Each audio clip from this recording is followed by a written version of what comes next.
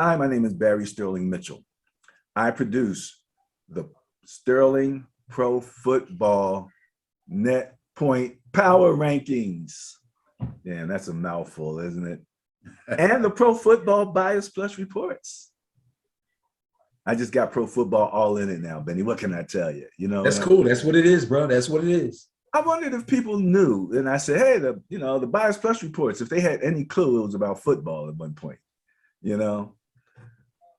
So, anywho, this is Ben and Barry on football. Thank you after that long, illustrious introduction. This is Ben Dickerson. I'm your co-host. I'm going to be recapping week 7, along with going into the power rankings. I think I have some notes here in reference to the NFL Network power rankings, so we can do a little quick comparison, at least with the top 10. And we'll talk about the Bias Plus reports as well. So let's get it going. Okay, you're up first. Okay. So I can get myself started here, right? So I tell you what I'm going to do. I'm going to do like this right here. NY is going on over there, man. And I'm going like a NY. NY and a big well, you know what NY stands for, right? It's self-explanatory. I mean, you know. But anyway, let's talk about last weekend's NFL action, week 7. First up, the Thursday night game. The Denver Broncos went down to Cleveland to play the Cleveland Browns. It wasn't a very good game, to tell you the truth, unless you think because the score was close, it was a good game, but it wasn't a real fun game to watch. It had its moments, though. Bottom line is the Cleveland Browns were able to come away with the victory, 17-14 over the Denver Broncos. Let's talk about the Broncos. So after a really horrible first half, Teddy Bridgewater finally engineered 2 second-half drives, throwing TD passes to his running backs, one to Melvin Gordon, one to Javonte Williams, to make the game somewhat interesting. But he fell short to Case Keenum. Yes, Case Keenum sitting in for Baker Mayfield, who has a torn labrum, I believe, in his non-throwing shoulder. That's going to take a little while to heal, but because it's in his non-throwing shoulder, Baker is rumored to be coming back sooner than expected. But for now, it's Case Keenum. And it's not that Keenum was better than Bridgewater, because he really wasn't. He had absolutely no chemistry with Odell Beckham. He had a little chemistry with Jarvis Landry, but late in the game, Landry twisted his leg on a sideline play. He had to be removed from the game. Thankfully for the Browns, their run game carried them to victory. This team, arguably, and it's not a big argument, it's a very small argument, this team arguably has the best run-blocking offensive line in the game. In my opinion, I believe that they do. However, both Nick Chubb and Kareem Hunt were out with injury, but because the line is so good, number 3 running back, D'Ernest Johnson, was promoted, started, had a tremendous game. He carried the ball 22 times for 146 yards and a touchdown. He also had 2 catches for an additional 22 yards. So the Browns came out on top. Green Bay Packers hosted the Washington football team. It's not a whole lot to talk about here, but let me get this out. Taylor Heinicke sort of kind of filled the box score, as far as, like, if you had to start him in fantasy, he would have done all right for you. He completed 25 of 37 passes for 268 yards and a score, and he rushed for another 99 yards. But he was sacked 4 times and intercepted once. So, yeah, good for fantasy, bad for the real Washington football team. Now, running back Antonio Gibson has been playing through a fractured shin bone. How he's doing that, I have no idea. But he was basically held in check, meaning that the only real production for the football team would have come from the unquestioned star of the team, who is wide receiver Terry McLaurin. Now, Terry McLaurin did his best to help them out. He hauled in 7 passes on 12 targets, obviously where they were trying to get the ball to him. He was targeted 12 times, but he got 7 passes, 122 yards. He did score a touchdown, but that wasn't even close to being enough. Aaron Rodgers, check this out. Aaron Rodgers almost had identical numbers to Heineke. Let me give you Heineke again. 25 of 37, 268. Aaron Rodgers, 27 of 35, 274. How close is that? Crazy thing is, there was one difference. Aaron Rodgers threw for 3 touchdowns. So obviously, the better quarterback prevailed. 1 touchdown went to Devontae Adams, who caught 6 balls for 76 yards. 1 touchdown went to Alan Lazard. He caught 5 balls for 60 yards. And 1 touchdown went to tight end Robert Tonyan, who had a 4-catch, 63-yard day. So through the air is the way to go against the Washington football team. Obviously, it's a little tougher to run on them, but they can be run on too. Their defense really isn't making much noise. Seems like I say that every week. Oh, boy. Now, I had 2 big upset calls going into week 7.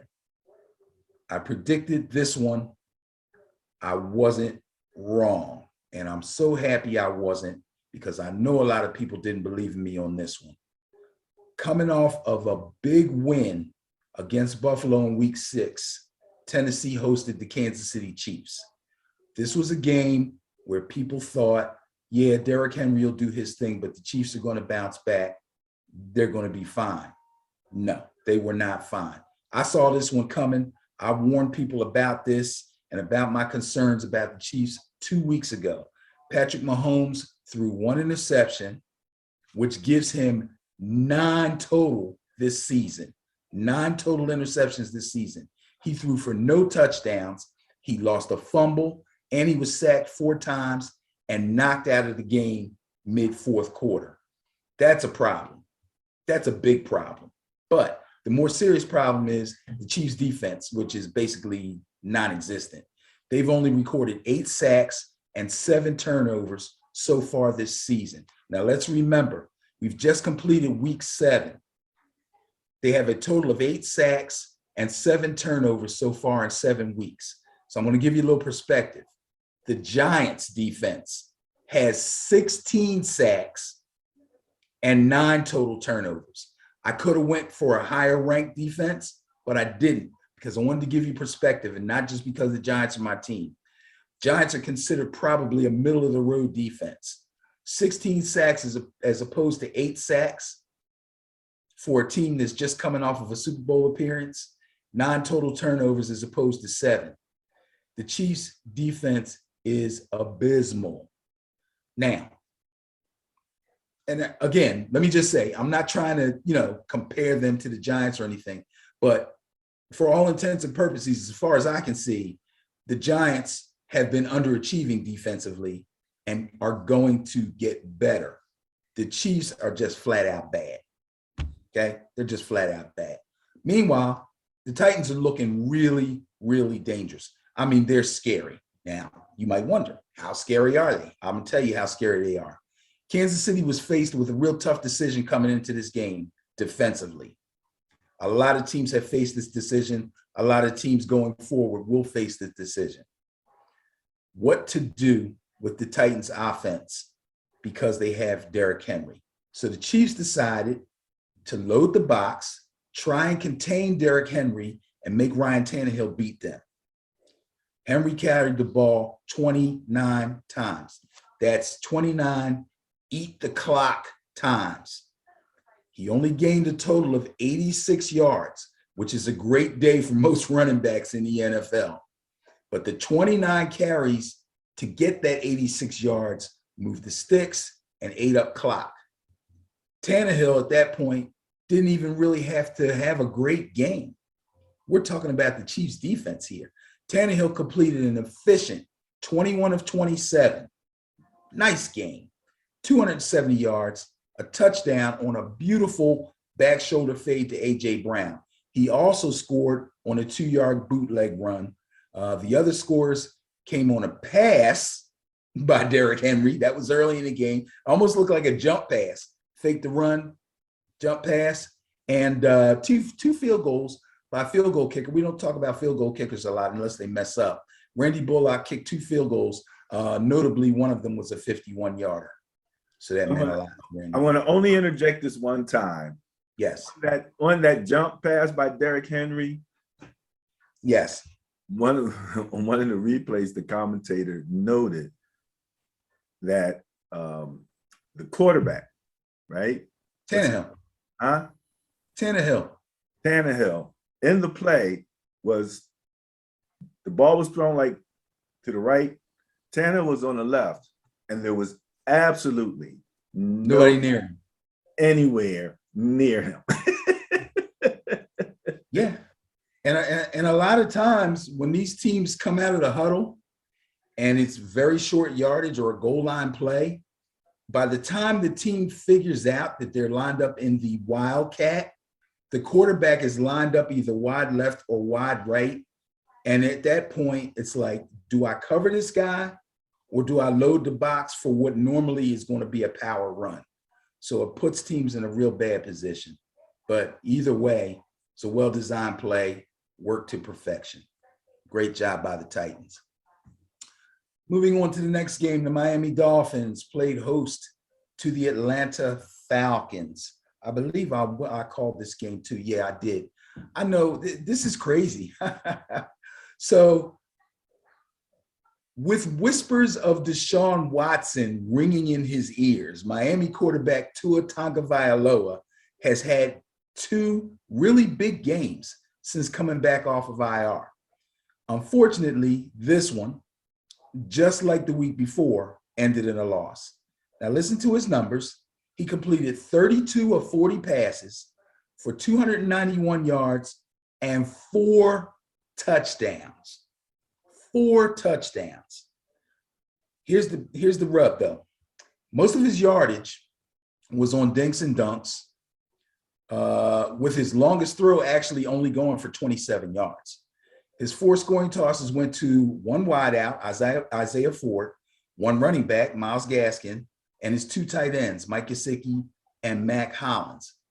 But he also threw 2 really bad interceptions. Now, on the other side of the ball, looks like Matty Ice still has some juice. I think we said that earlier in the season. Matty Ice is not dead yet. He did get docked for 1 interception, which was really a completed pass to Calvin Ridley, but the D-back actually snatched the ball away from him before he could really secure it. So that's a tough interception for Matty to have on his resume. And he was only sacked 1 time. He completed 25 of 40 passes, 336 yards, 2 touchdowns. 1 went to Ridley and 1 went to Russell Gage, who just came back from injury. So it's good to have Russell Gage back. I think that's going to open things up for Ridley. But immediately what it did was it opened things up for Philadelphia born and bred tight end Kyle Pitts. The first really big game of his career since he was a first-round rookie tight end pick. Pitts finally proved his potential to be a big-time receiving threat. He had 8 targets. He caught 7 of them for 163 yards, and 5 of those 7 catches went for 20-plus yards. This is exactly what they drafted him for. And this was his first really big game where he showed everything that he can do besides get in the end zone. So good luck, Kyle Pitts. I'll be keeping my eye on you. I don't have you in fantasy. I think he got off to a slow start and I traded him away. Silly me. Anyway. I actually termed his breakout game the game that they played in London. Yeah. Oh no, he played well in that game. Yeah, I thought that was the first time I saw him really play well. Where they're like, okay, who's that guy? If you didn't know, right? But you look at some of the catches that he made in this last game. One hand Jones, just abusing people. He's too big. He's too fast. He's a matchup nightmare. And as soon as they learn how to really use him properly, he's going to be great. I am predicting he will be great. Okay, moving on to the next game. That would be New England playing host to division rival New York Jets. This one was not pretty, unless you're a New England Patriots fan. Patriots won the game 54-13. It was a total blowout. Zach Wilson got injured. He's out 2 to 4 weeks with a strained PCL. That would be his posterior collateral ligament. I get my ACLs and PCLs mixed up. As the starter, the rookie was already struggling. Now he's hurt. His backup comes in. His name is Mike White. Has anybody ever heard of Mike White? Probably not. I don't know of all Mike White's travels. He was on the Jets last year. I'm not sure if he was on the active roster for any big length of time, but he's actually a 5th-round draft pick, originally drafted by the Dallas Cowboys back in 2018. I wanted to get that because with a name like Mike White, it's like, I already don't know who you are, and I couldn't pick you out in the lineup, and that name sounds like you made it up. So, I had to look him up, see what was what with Mike White. So Sunday was his first appearance in an NFL regular season game, and obviously things didn't go very well for him. He threw a touchdown pass, good for him. Then he followed that up with 2 interceptions. So much for Mike White. Meanwhile, the Patriots, who beat the Jets 25-6 in week 2, completely destroyed them this time. Quarterback Mac Jones, old Mac and Cheese, looked good, put together a solid performance. He threw for 307 yards and 2 touchdowns and no turnovers. Very good. He was able to take a seat in the 4th quarter and let his backup, Brian Hoyer, do some mop-up duty. Wow, this is crazy. I don't have all the numbers and all the statistics, but Mac Jones right now is the best rookie quarterback playing right now from this draft class, without a doubt. I don't care what you check, what numbers you look at. Mac Jones is having the best season to date than any other quarterback in this draft class.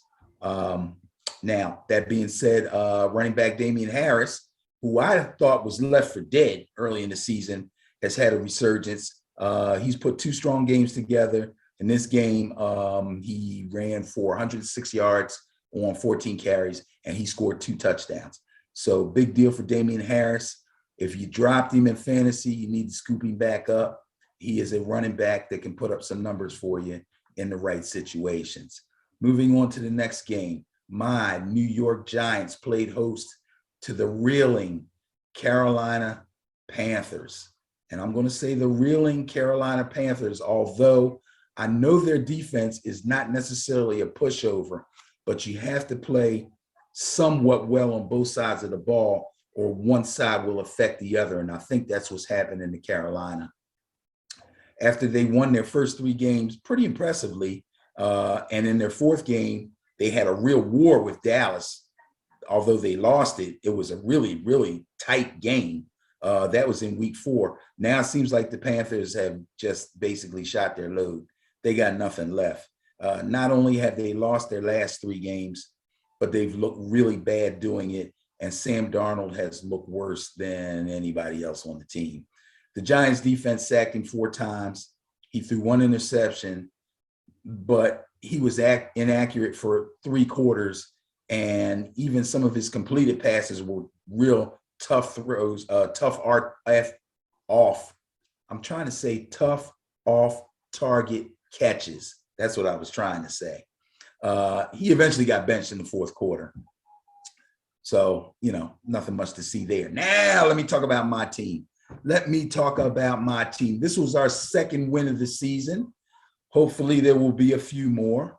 I told you last week that there was, and I quote myself, no doubt in my mind that the Giants would win this game. I believe you laughed at me and referenced some silly song, okay? But guess what? They pulled it off. First of all, Danny Dimes was sacked twice, but he committed no turnovers. He completed 23 of 33, not bad. 203 yards, not bad. Threw for 1 touchdown, and he wasn't really called on to do much more because the Panthers offense could never really, pose a threat. So it wasn't that big of a deal. He did, however, make a one-handed catch on a trick play that kind of has some memes going up, at least amongst Giants fans, because it sort of kind of looks like Odell's big falling backwards one-hand catch that he made when he was with the Giants way back in the day, it seems like. Anyway, Devontae Booker's been doing a good job replacing Saquon. He had another nice game.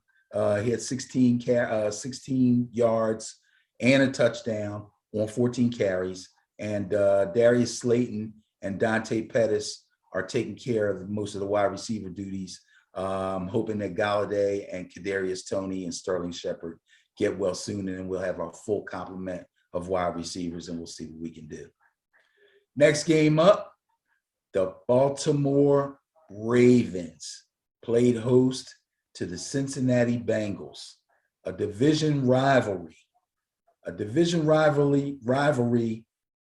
that's been dominated by the Baltimore Ravens for the last few years. This was my second big upset that I called for last week. This is the one that I'm most proud of. I quote myself again. This is a trap game for the Ravens. The Bengals will try to contain Lamar Jackson just enough. And then I said some other old crazy stuff like that. Now, when I said that, I was hoping it was on the ground that the Bengals would be able to limit Lamar. He did get off for 88 yards on like 12 carries. But it was through the air where Lamar actually struggled. The Bengals sacked him 5 times. They harassed him into 15 of 31 passing. Woo! That we were just commending him on how well he was throwing the ball. He threw for a very manageable for the Bengals, 257 yards through the air. He only threw for 1 touchdown. He was the leading rusher again on this team, which is not out of the ordinary, except he's not getting anything from any other running back on the roster. I realize they've had some injuries and they've brought some people in, but there is no actual running back on this team that's making any noise. When your quarterback is consistently not only your leading rusher every week, but basically your only real rusher every week, that's a problem. Just when I thought the Ravens were starting to get it together, these kind of things are showing up. They need to get that fixed. Marquise Brown was targeted 14 times.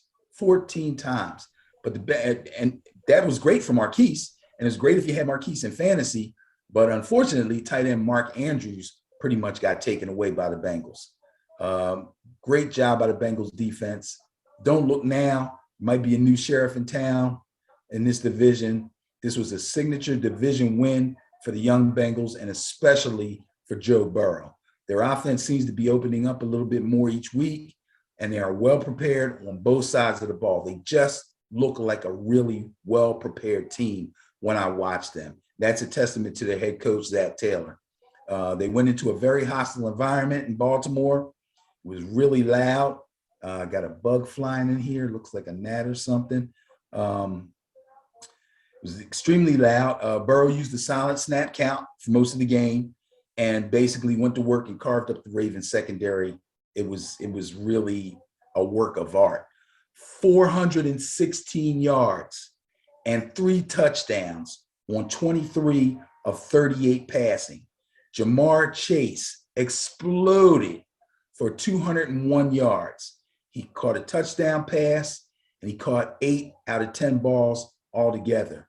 T. Higgins saw 15 targets and pulled in 7 of them for another 65 yards.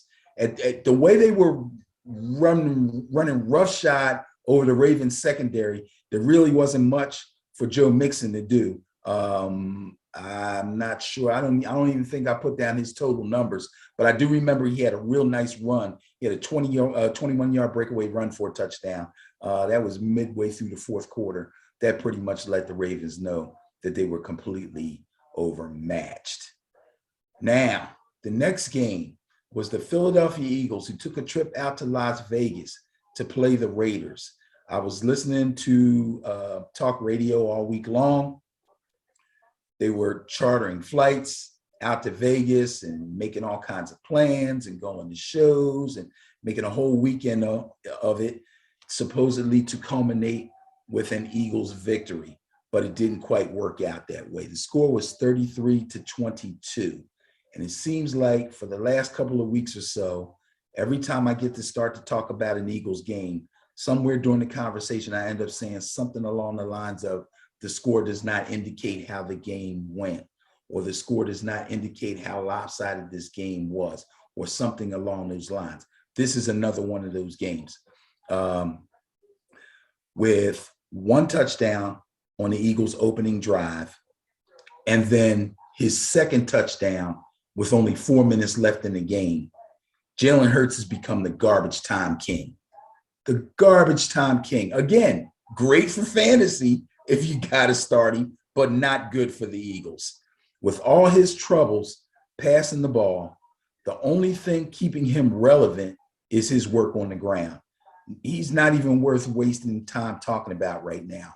I'm telling you, if you're a Philadelphia Eagles fan, don't look at me as a hater. Don't see my New York Giants stuff and say, oh, you're just, no. I'm talking facts. And I know I'm talking facts because I'm repeating some of the things that I see you guys say on Instagram and on Facebook. So stop with the nonsense. It is what it is. Now, how about them Raiders? 5-2 and winning lately in dominant fashion. Derek Carr is playing like he has been unshackled and given full control of the playbook. He was a blistering 31 of 34 for 323 yards, 2 touchdowns. His lone turnover was an interception that actually went off the receiver's hands. So it looked like a good pass to me. The guy dropped it. Even with target magnet Darren Waller not in the game, out with an injury, Carr was nearly flawless with a 91% completion percentage. Josh Jacobs ran 6 times for 29 yards and scored a touchdown, as well as catching 3 passes for 39 yards before he had to leave the game with an injury. I think he's got a chest injury. I don't think it's really, really bad. Kenyon Drake, who somehow didn't fit in to John Gruden's schemes, has thrived since Gruden's been gone. He's played well, alternating with Jacobs and filling in for him. And in this one, he stepped up with 14 carries for 69 yards and a touchdown. Next up, the LA Rams played host to the Detroit Lions. I saw this one coming. In my mind, I'm yawning. They're trying to hype it up and say it's a revenge game for Stafford, revenge game for Goff. Come on, man. Not even. It didn't. I couldn't believe it would live up to any of that hype. But, excuse me, but the Detroit Lions tried their best to make it interesting. So I'm looking at it like this. On the road in LA, the Lions coaching staff knew they were going to be overmatched. The Rams are 5-1. They're riding high. They're killing people. And they got their ex-quarterback, Matt Stafford. So I believe what they tried to do was disorient the Rams with some well-timed trickeration. And they actually had good results. They converted 2 fake punts and an onside kick. But it wasn't enough to pull out the win. The Rams are just a far superior team. That being said, it was still entertaining thanks to DeAndre Swift, Philadelphia, who totaled 144 yards on 21 carries, one of which was a 63-yard TD on a screen pass on the Lions' opening drive. But unfortunately, he was stopped cold on some very short yardage runs in the third quarter, big-time third down stops that the Lions really needed. He was not able to get. And he had a pass go off of his hands late in the game for an interception. That pass that went off his hands and was actually intercepted was Goff's second interception. Before that, with about 5 minutes left in the game, he threw another interception, very ill-advised pass. He was in the midst of getting sacked and just tossed it up. And if, in fact, they had converted after, and it was a long drive, too, before he threw that pick, if they had converted on that series, they would have actually taken the lead in this game. So it ended up being an extremely entertaining game, although I never doubted the end result. Through it all, the Rams stayed really calm. They played their game. Matt Stafford completed 28 of 41 passes for 334 yards and 3 touchdowns. 2 of the touchdowns went to the uncoverable Cooper Kupp. He caught 10 passes total for 156 yards. I have heard several people on several different shows on different channels say something of the sort or something along the lines of Cooper Kupp right now is the best player in the NFL. Hands down. He is the overall best player, or he is playing the best ball of any skill position player in the NFL up to this point of the season. I tend to agree. Next up, the undefeated Arizona Cardinals played host to the woeful Houston Texans. Oof. If only they had some of that Lions trickeration. Oh, man. Anyway, although they ultimately had no chance of keeping the Cardinals out of the end zone, the Texans defense actually did their best to get after Kyler Murray. They brought the house several times. They delivered some vicious hits on this guy. Kyler Murray's not a big dude, but he's really tough. But they put some hits on this guy, man. I forgot Lovie Smith. Good old Lovie Smith is the defensive coordinator for the Texans. So I guess he figured, you know what? Our only chance is to get after Kyler, and he surely did try to do that. They were able to get 4 sacks on Kyler. Kyler threw 1 interception.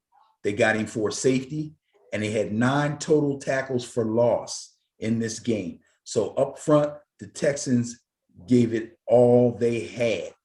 Unfortunately, with no offense to speak of against the stout Cardinals defense, this game was just going to turn into a blowout no matter what they did. Although the Cardinals only recorded 2 sacks, they had 2 stops on 4th down, and they had 5 3-and-outs. And let's remember, stop on 4th down is basically a turnover.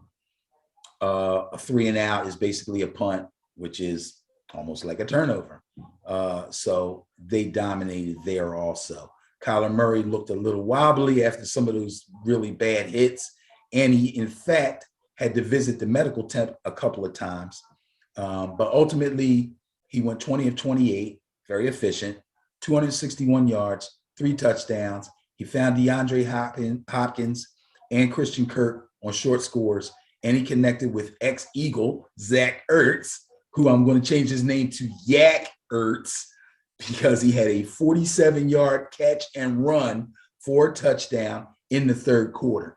The Cardinals' offensive attack, again, was bolstered by a solid run game, with Chase Edmonds racking up 81 yards on 15 carries, and James Conner, who basically only scores touchdowns, scored again on an 18-yard run.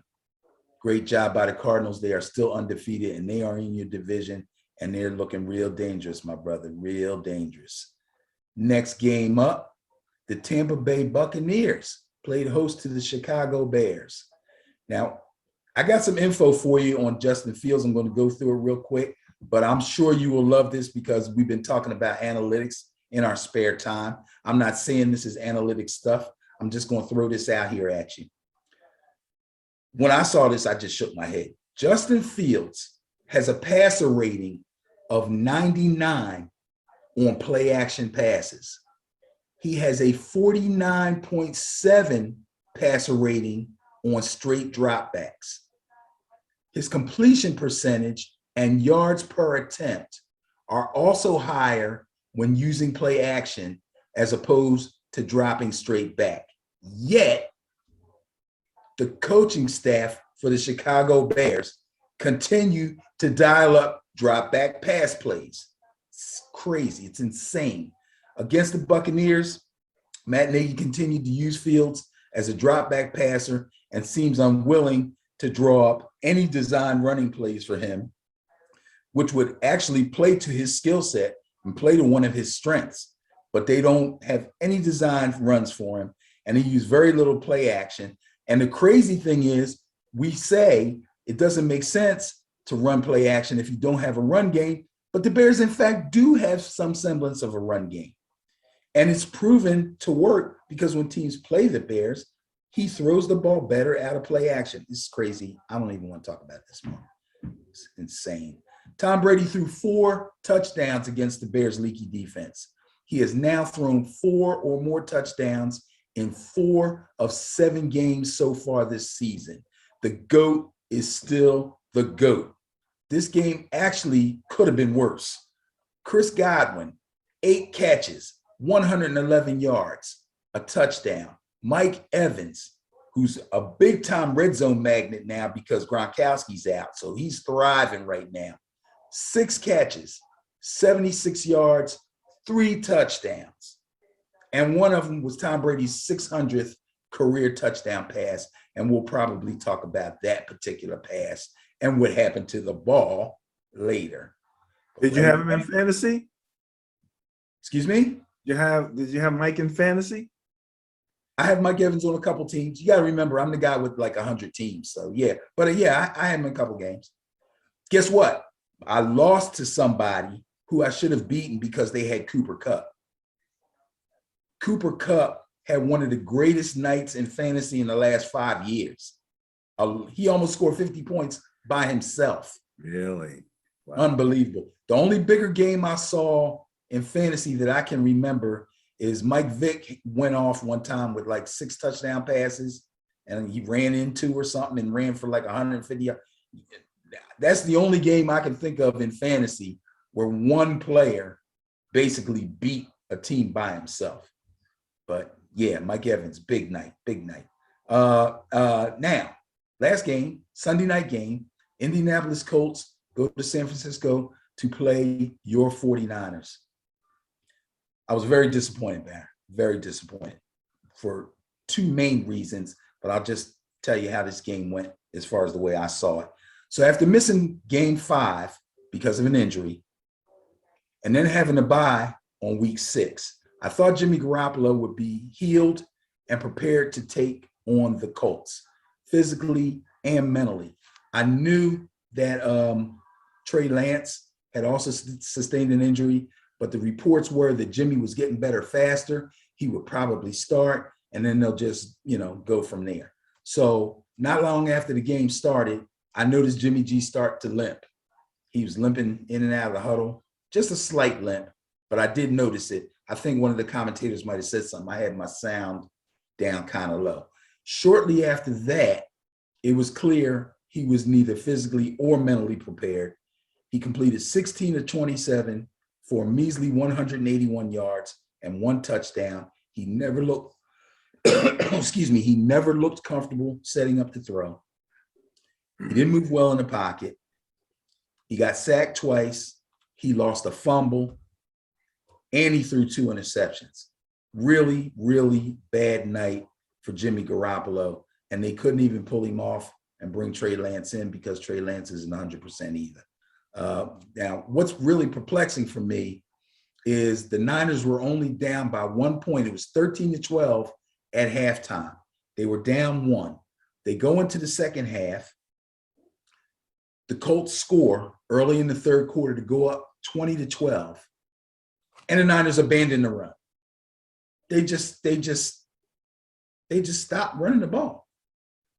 Now, it's really strange because Elijah Mitchell rushed for 57 total yards and a touchdown on their opening series. He looked tremendous. He looked like, oh man, I'm thinking, man, this boy's going to have a night. And then they just slowed down to a slow crawl. Now, eventually he finished with a total of 107 yards, but he had 18 carries, but he just wasn't used enough. He just wasn't used enough. I believe that they had every chance in the world to win that game if they had hung in there and tried to stay balanced, even despite how bad Garoppolo looked. I might be talking out of my head, but hey, if he's not looking right, you got to lean on the run game. No, you're going to put the whole game on him. The guy's not 100%. He's not playing well, and you're just going to have him just throwing passes. Kind of crazy to me, but that's the way I saw it. Meanwhile, Carson Wentz continued to show steady improvement as the Colts signal caller. Oh, by the way, it didn't hurt that the 49ers defense was only able to sack him once. And he did toss 2 touchdown passes and scored a 3rd pass on a run. And speaking of the run, it's getting to be pretty much predictable that every week Jonathan Taylor is going to run for at least 100 yards. He went for a total of 107 on 18 carries in this game, and he scored on a short yardage touchdown. And one last fantasy note, wide receiver Michael Pittman, if you haven't been paying attention, has established himself as a #1 receiver, not just for the Colts, but in the league, okay? So again, fantasy, if Michael Pittman is out there, grab him. He probably isn't. If somebody else has got him and you can put a little trade package together, get him. Because as Wentz gets better, Pittman continues to thrive, all right? Let me see. What did he do? He caught 4 passes, only 4 passes, but one of them was a 57-yard bomb, and the other one was a magnificent 28-yard fade route. Enough said. Last but not least, Monday Night Football. Can I say this on my Niners? Certainly. Couple things. One, I told you I did the game virtually on Madden. Right. And I won based on the fact that I stuck to the run to the bitter end. Okay, that's one thing. 2, I'm watching the game and it's driving rain. Okay, they're in the middle of a tsunami. Yes. I look at one play, Garoppolo's going through like a double fake. And I'm like, why do you have him faking the ball? First of all, you haven't, like you said, they kind of went away from the run. Strangely enough, Mitchell and Jonathan, I think, were pretty close statistically. If you look at their statistics, number of carries, number of yards, yes, very, very close. So you're right. They had to stick to the run, but how much play faking are you really going to ask Garoppolo to do in the driving rain? You know what I mean? You got to have a game where you can turn around, hand the ball off, and push up on some yardage. You know, if you can't play a little bully ball and you're a running team, then you're not really a running team. And that's on the coach. I'm with you there. I have some serious issues with that, but I'll leave that at that. Go ahead. Yeah, there's some questions out there that are cropping up in reference to Mr. Shanahan. I don't know how serious it's going to get, but I want to check something real fast because I think I did something really, really crazy here.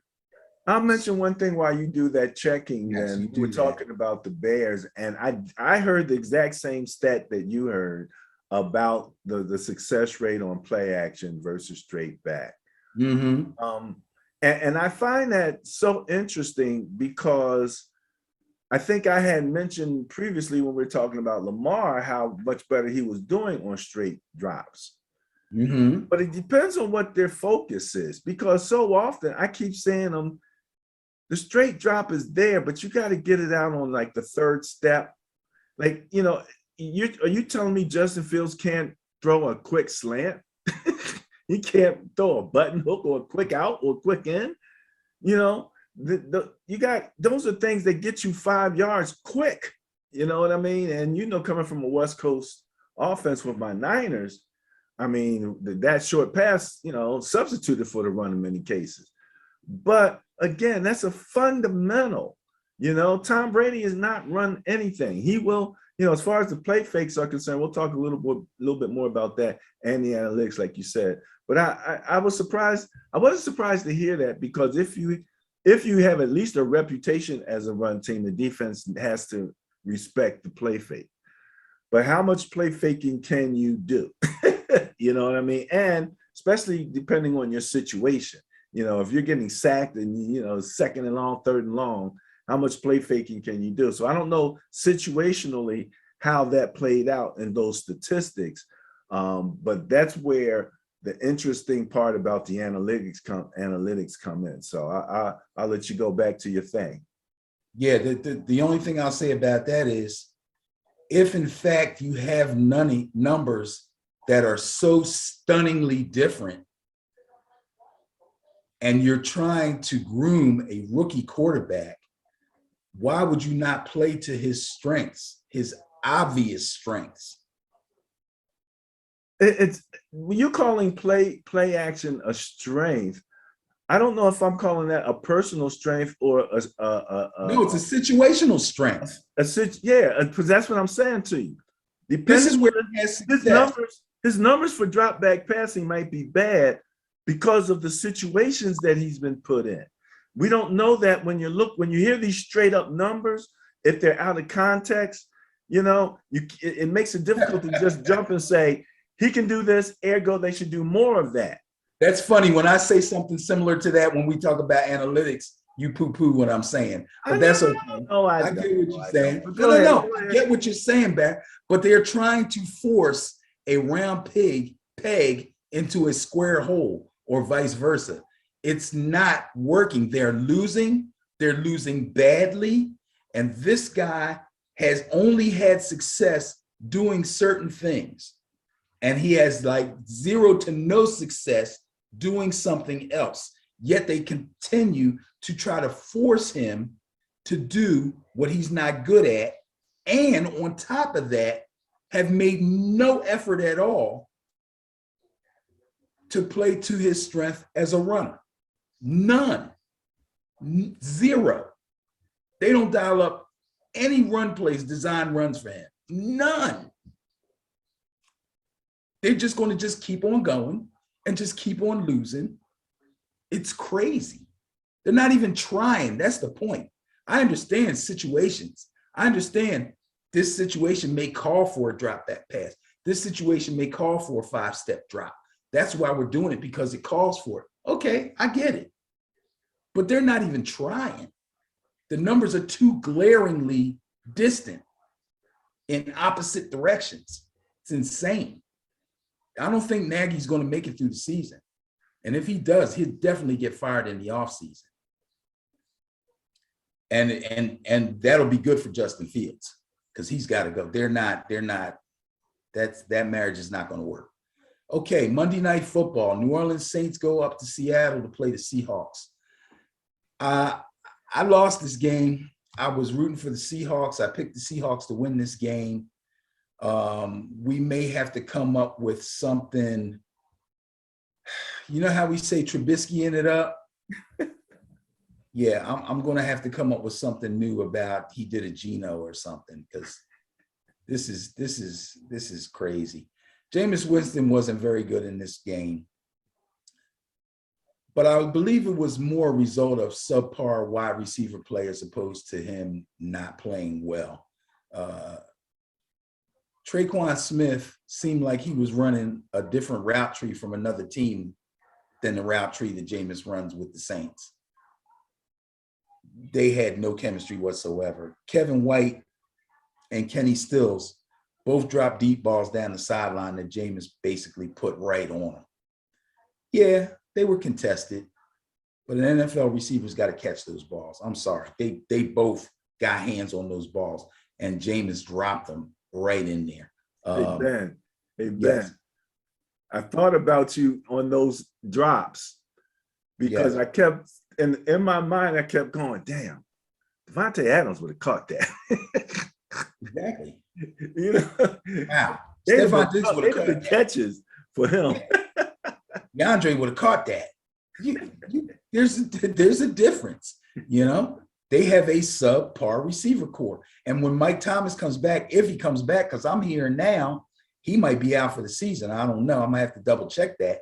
But again, poor Jameis, he finally gets on a team where he's got a coach who can really, really help him display his talents in a positive manner. And they don't have a receiving core that's worthy of working with him. I just hope that he's able to stay there, sign a long-term contract, and really prove himself to be the type of NFL quarterback that I expected him to be all along. But right now, he's hurting. So what do you do when guys are dropping balls on you and you can't complete passes because the receivers are running left when you're trying to throw it to the right? You start running.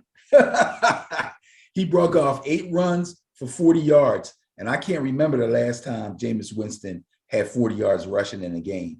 And at that point, he went almost exclusively to the most trusty guy on that team, and that's Alvin Kamara. Kamara caught 10 of Winston's 19 completions. He went for 128 yards. He scored a touchdown. He also rushed the ball 20 times for an additional 51 yards. It was pretty much the Alvin Kamara show all night, and he looked good doing it, man. That guy's a beast. Seahawks offense, meanwhile, is really hard to watch with Geno at quarterback. I can't wait for Russ to get back. After a beautiful 84-yard bomb for a touchdown to DK Metcalf on the very first pass of the game, he was crazy bad for the rest of the game. The Saints defense deserves some credit. They did sack him 5 times, but he was skittish in the pocket. He was indecisive. He missed several receivers. He missed open receivers. It's a miracle somehow he never had a turnover in this game, the way he was throwing the ball all over the place. It was crazy. But that's all I got, folks. There you have it. That's week 7. I won 10. I lost 3. That'll do it. This just in. Saints traded for Mark Ingram. They brought him back from the Texans. Really? Yeah. Just wow. Wow. That I know he's happy because he wasn't getting nothing done down there in Texas. They also probably realize that they have to take a little bit of weight off of Kamara. They have a far better offensive line. So Ingram will now, I don't know if he's going to thrive. I don't know exactly how much he's got left. I don't think I've actually witnessed an entire Texans game. So I don't know how bad they are. All I know is they keep on losing. But hey, that's good. That's good for him. I think that'll work out for them. What they need to do is put some kind of package together and get themselves a daggone receiver, a real receiver, you know? And when I took that little pause to look something up, I wanted to make sure you said that Elijah Mitchell and Jonathan Taylor had the same stats. They, in fact, had the same exact stats. How crazy is that? 18 carries, 107 yards rushing. Exactly. That's crazy. Yeah.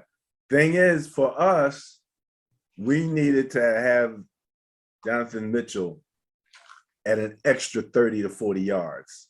You know what I mean? And that focus of the type of run. But hey, man, great job. So that wraps up, was that week 7? Yes, sir. Now, coming up would be week 8. If we were in a 16-game season, we'd be about at the finish of the first half. That is correct. 17-game season on an 18-week season. So I'll just leave it alone. I guess 9 is the number here as far as weeks are concerned. We'll have to go by weeks now. We'll say we're halfway through the season at end of 9 games. So we'll look at it like that. All right. Thank you very much, Mr. Dickerson, for the Dickerson Report. Next up, the Sterling Pro Football Net Point Power Rankings for week 7. Here we go. So let's start out, Ben, with the symmetry. You know, I love the symmetry of the graph here. And looking at the actual net points. Again, this is win margin.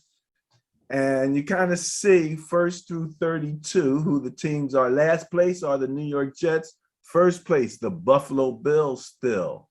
Okay. And right in the middle at 0 net points is the Carolina Panthers. So Carolina is breaking, well, I guess they're breaking even. I guess that's what you call that right now. I guess you could call it that. You know what I'm saying? You can see the teams that are on the negative side. I was surprised to see the Chargers there. I know the Chargers had that surprise loss, but I didn't think that they were on the negative side.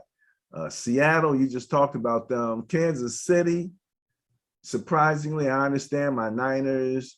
Pittsburgh shouldn't be there. Philly, your Giants are moving up. Your Giants are moving up. We're gonna see what happens with them. But yeah, you've got, you know, Atlanta, Chicago. The other teams that are down there are not really surprises that they're there. We kind of seen these things happen. On the positive side, your top five include, again, Buffalo, Arizona, Tampa Bay, Dallas, and the Rams. So there are your top five in net points. Let's move on and look at one of the stats that we track very closely, and that's turnover differential.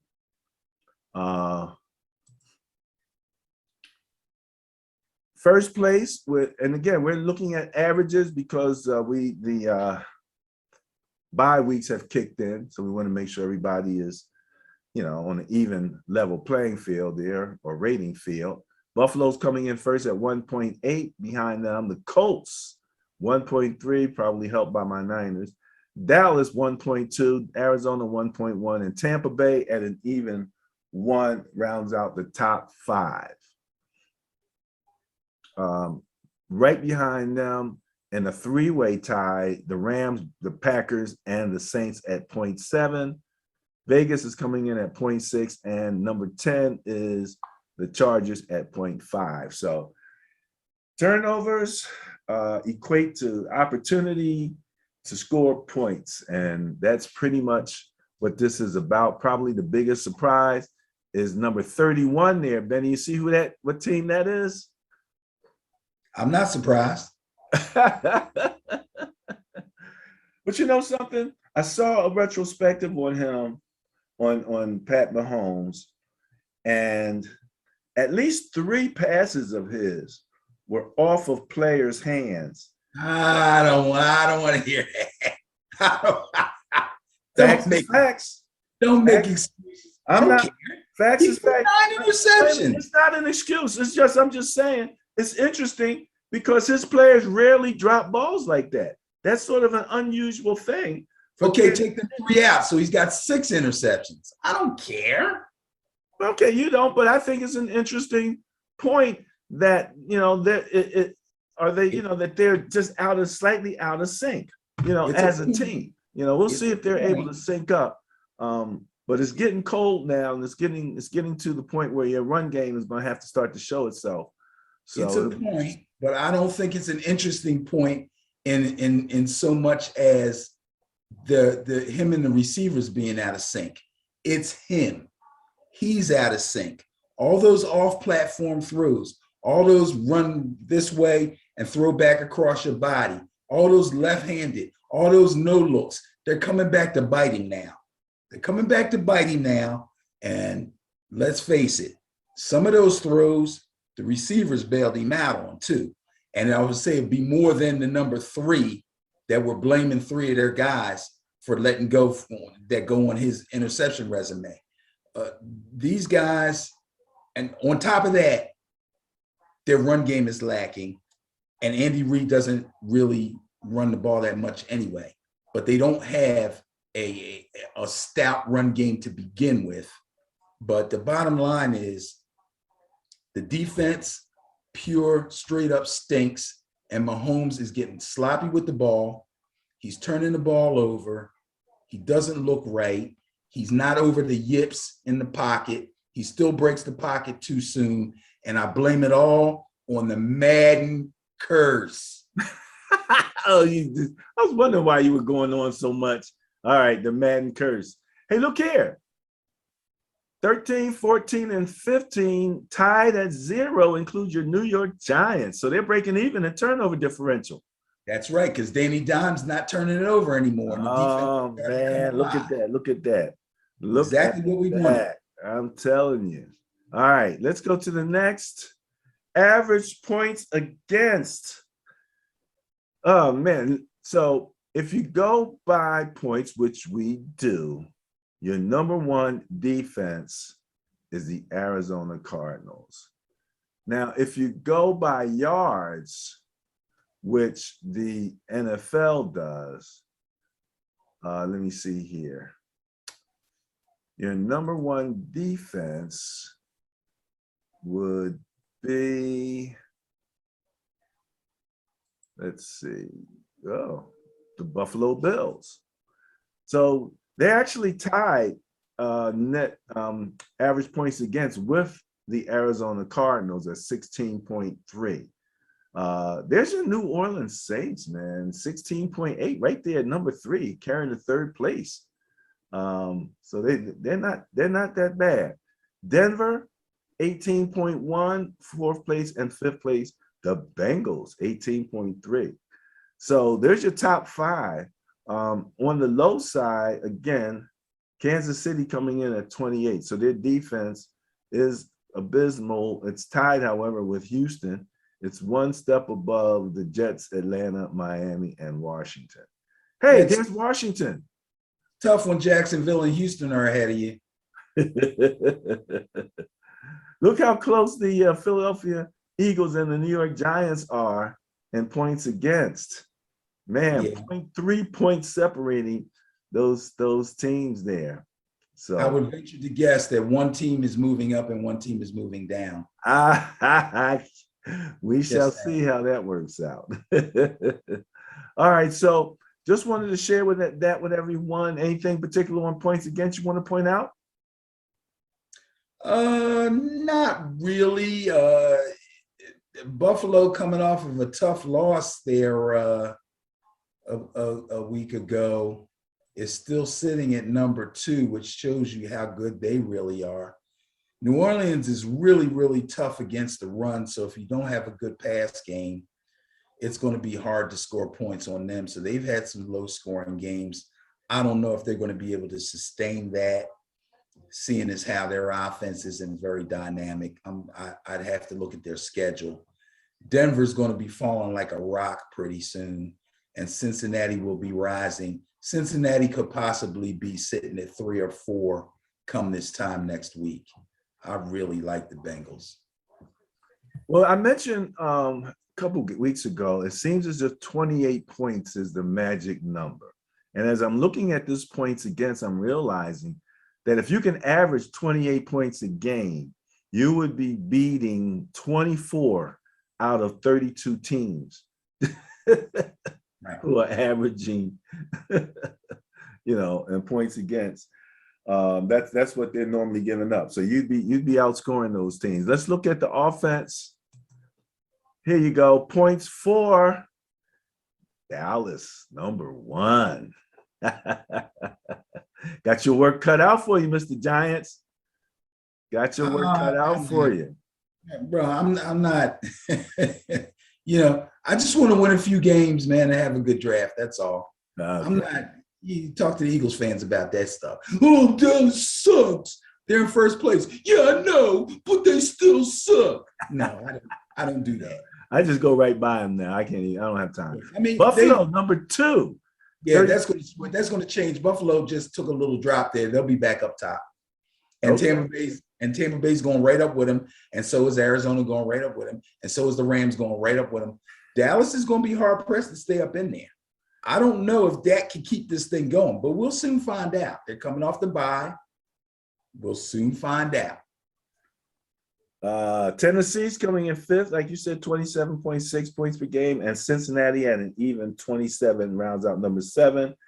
Kansas City, now again, as abysmal as their defense is, and as much as we are berating Patrick Mahomes, they are 8th, so they're in the top quarter in terms of scoring at 26.9 points per game, just a smidge ahead of Baltimore, Vegas, New England. Well, see, I'm wondering now if we have to consider New England as having a skewed number.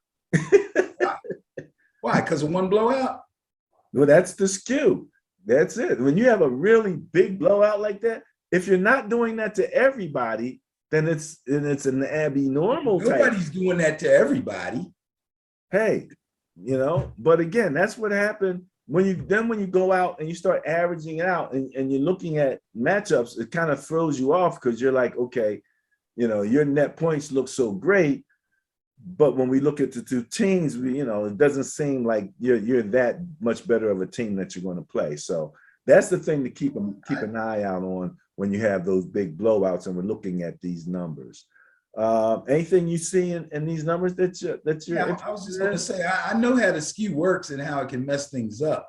I just think that they're in 11th place and being rewarded for a total beatdown of a team that they're supposed to totally beat down.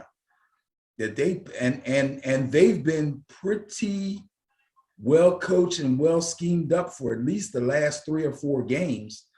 And even the ones that they lost, they gave their opponent problems. So Mac Jones is far better than a lot of people suspected he would be. And they're beginning to really build that offense around him. Like I said, Damian Harris is not dead yet. They got the guy with the long, funny name, DeAndre Stevens or something like that. They've got a nice little running game, and they've got competent receivers, Jacoby Myers, Aguilar, even N'Keal Harry caught a doggone pass. And I thought they were going to cut that guy. So, look, Josh McDaniel, the offensive coordinator for the Patriots, you hear the word genius thrown around a lot with these guys like the Rams head coach and what have you. Josh McDaniels is a genius. He just doesn't have the temperament to be a head coach. If he stays with the Patriots and stays as long as Belichick stays, that's the best thing he can possibly do for his career. Josh McDaniels is a miracle worker. Josh McDaniels built and maintained Tom Brady. I don't care what anybody says. Josh McDaniels built and maintained Tom Brady, and he's doing the same thing for Mac Jones. So tell me, do you like Josh McDaniels? I love Josh McDaniels. All right. In case you couldn't figure that out. You couldn't figure that out. Well, maybe we can get Justin Fields to check out Mac Jones and learn how to throw a quick drop back pass. It's not that he doesn't know. All right, I'm not going to. Yeah, that's all. I don't care. Listen, let me tell you something. I don't care what's causing that disparity between the numbers. I don't think disparity is a real word, but I like the word though. Yeah, but you know what I mean. I don't care what's causing it. Why does that sound like one of the old Daffy Duck type words? Disparity. Get it out with the disparity. I don't care what's causing it. It's too glaring to be ignored. It's too glaring to be ignored. And they're ignoring it. You sound like one of them bullying analytics people. We're going to talk about this later. We're going to continue to talk about that. But then we got to go to the most important ranking. Net points. Again, ladies and germs, net points, the difference between points for and points against. That difference, that is your win margin. That's the teams who are putting the foot on the other teams. You want to know who the bully is? Let's look at the top 3. Buffalo, Arizona, Tampa Bay, as far as points is concerned. Now, of course, when I think bully, I'm thinking Tennessee, but that's a whole nother scenario. That's on a personal level with the King Henry. But long story short, in terms of scoring, those are your big 3 right there. All double digits on average. Buffalo winning on average close to 18. That means they're beating teams by close to 18 points per game. Arizona, we know, has been prolific in terms of their scoring. And of course, Tampa Bay with Tom Brady, just, analytical and efficient, getting it done. Here comes Dallas at 9.8 points per game. Now, again, that abysmal defense that you talked about with Kansas City, we talked about last year with Dallas. If I remember correctly, then I'm going to go back 1, 2. Where did Dallas fall? 20th. So they're still on the lower half, but they're not 32nd or 31st like they were last year. Cincinnati, a team to really, really keep an eye on right there. And so, yeah, you got a few different things going on there. But New England at 5.6 average net points per game, coming in, rounding off the top quarter, the top 8. So those are, we always consider the top 8 the ones that you have to keep an eye on in terms of being contenders for the playoffs. It's still a little early, still first half of the season. We'll see. You got Tennessee moving up, Baltimore questionable, Green Bay. Hey, we're going to talk about the Green Bay matchup, man. COVID's affecting Green Bay. The Colts, the Raiders, the Broncos, Vikings, Cleveland, all on the positive side. And as I said before, Carolina at 0 breaks even at ranking number 17.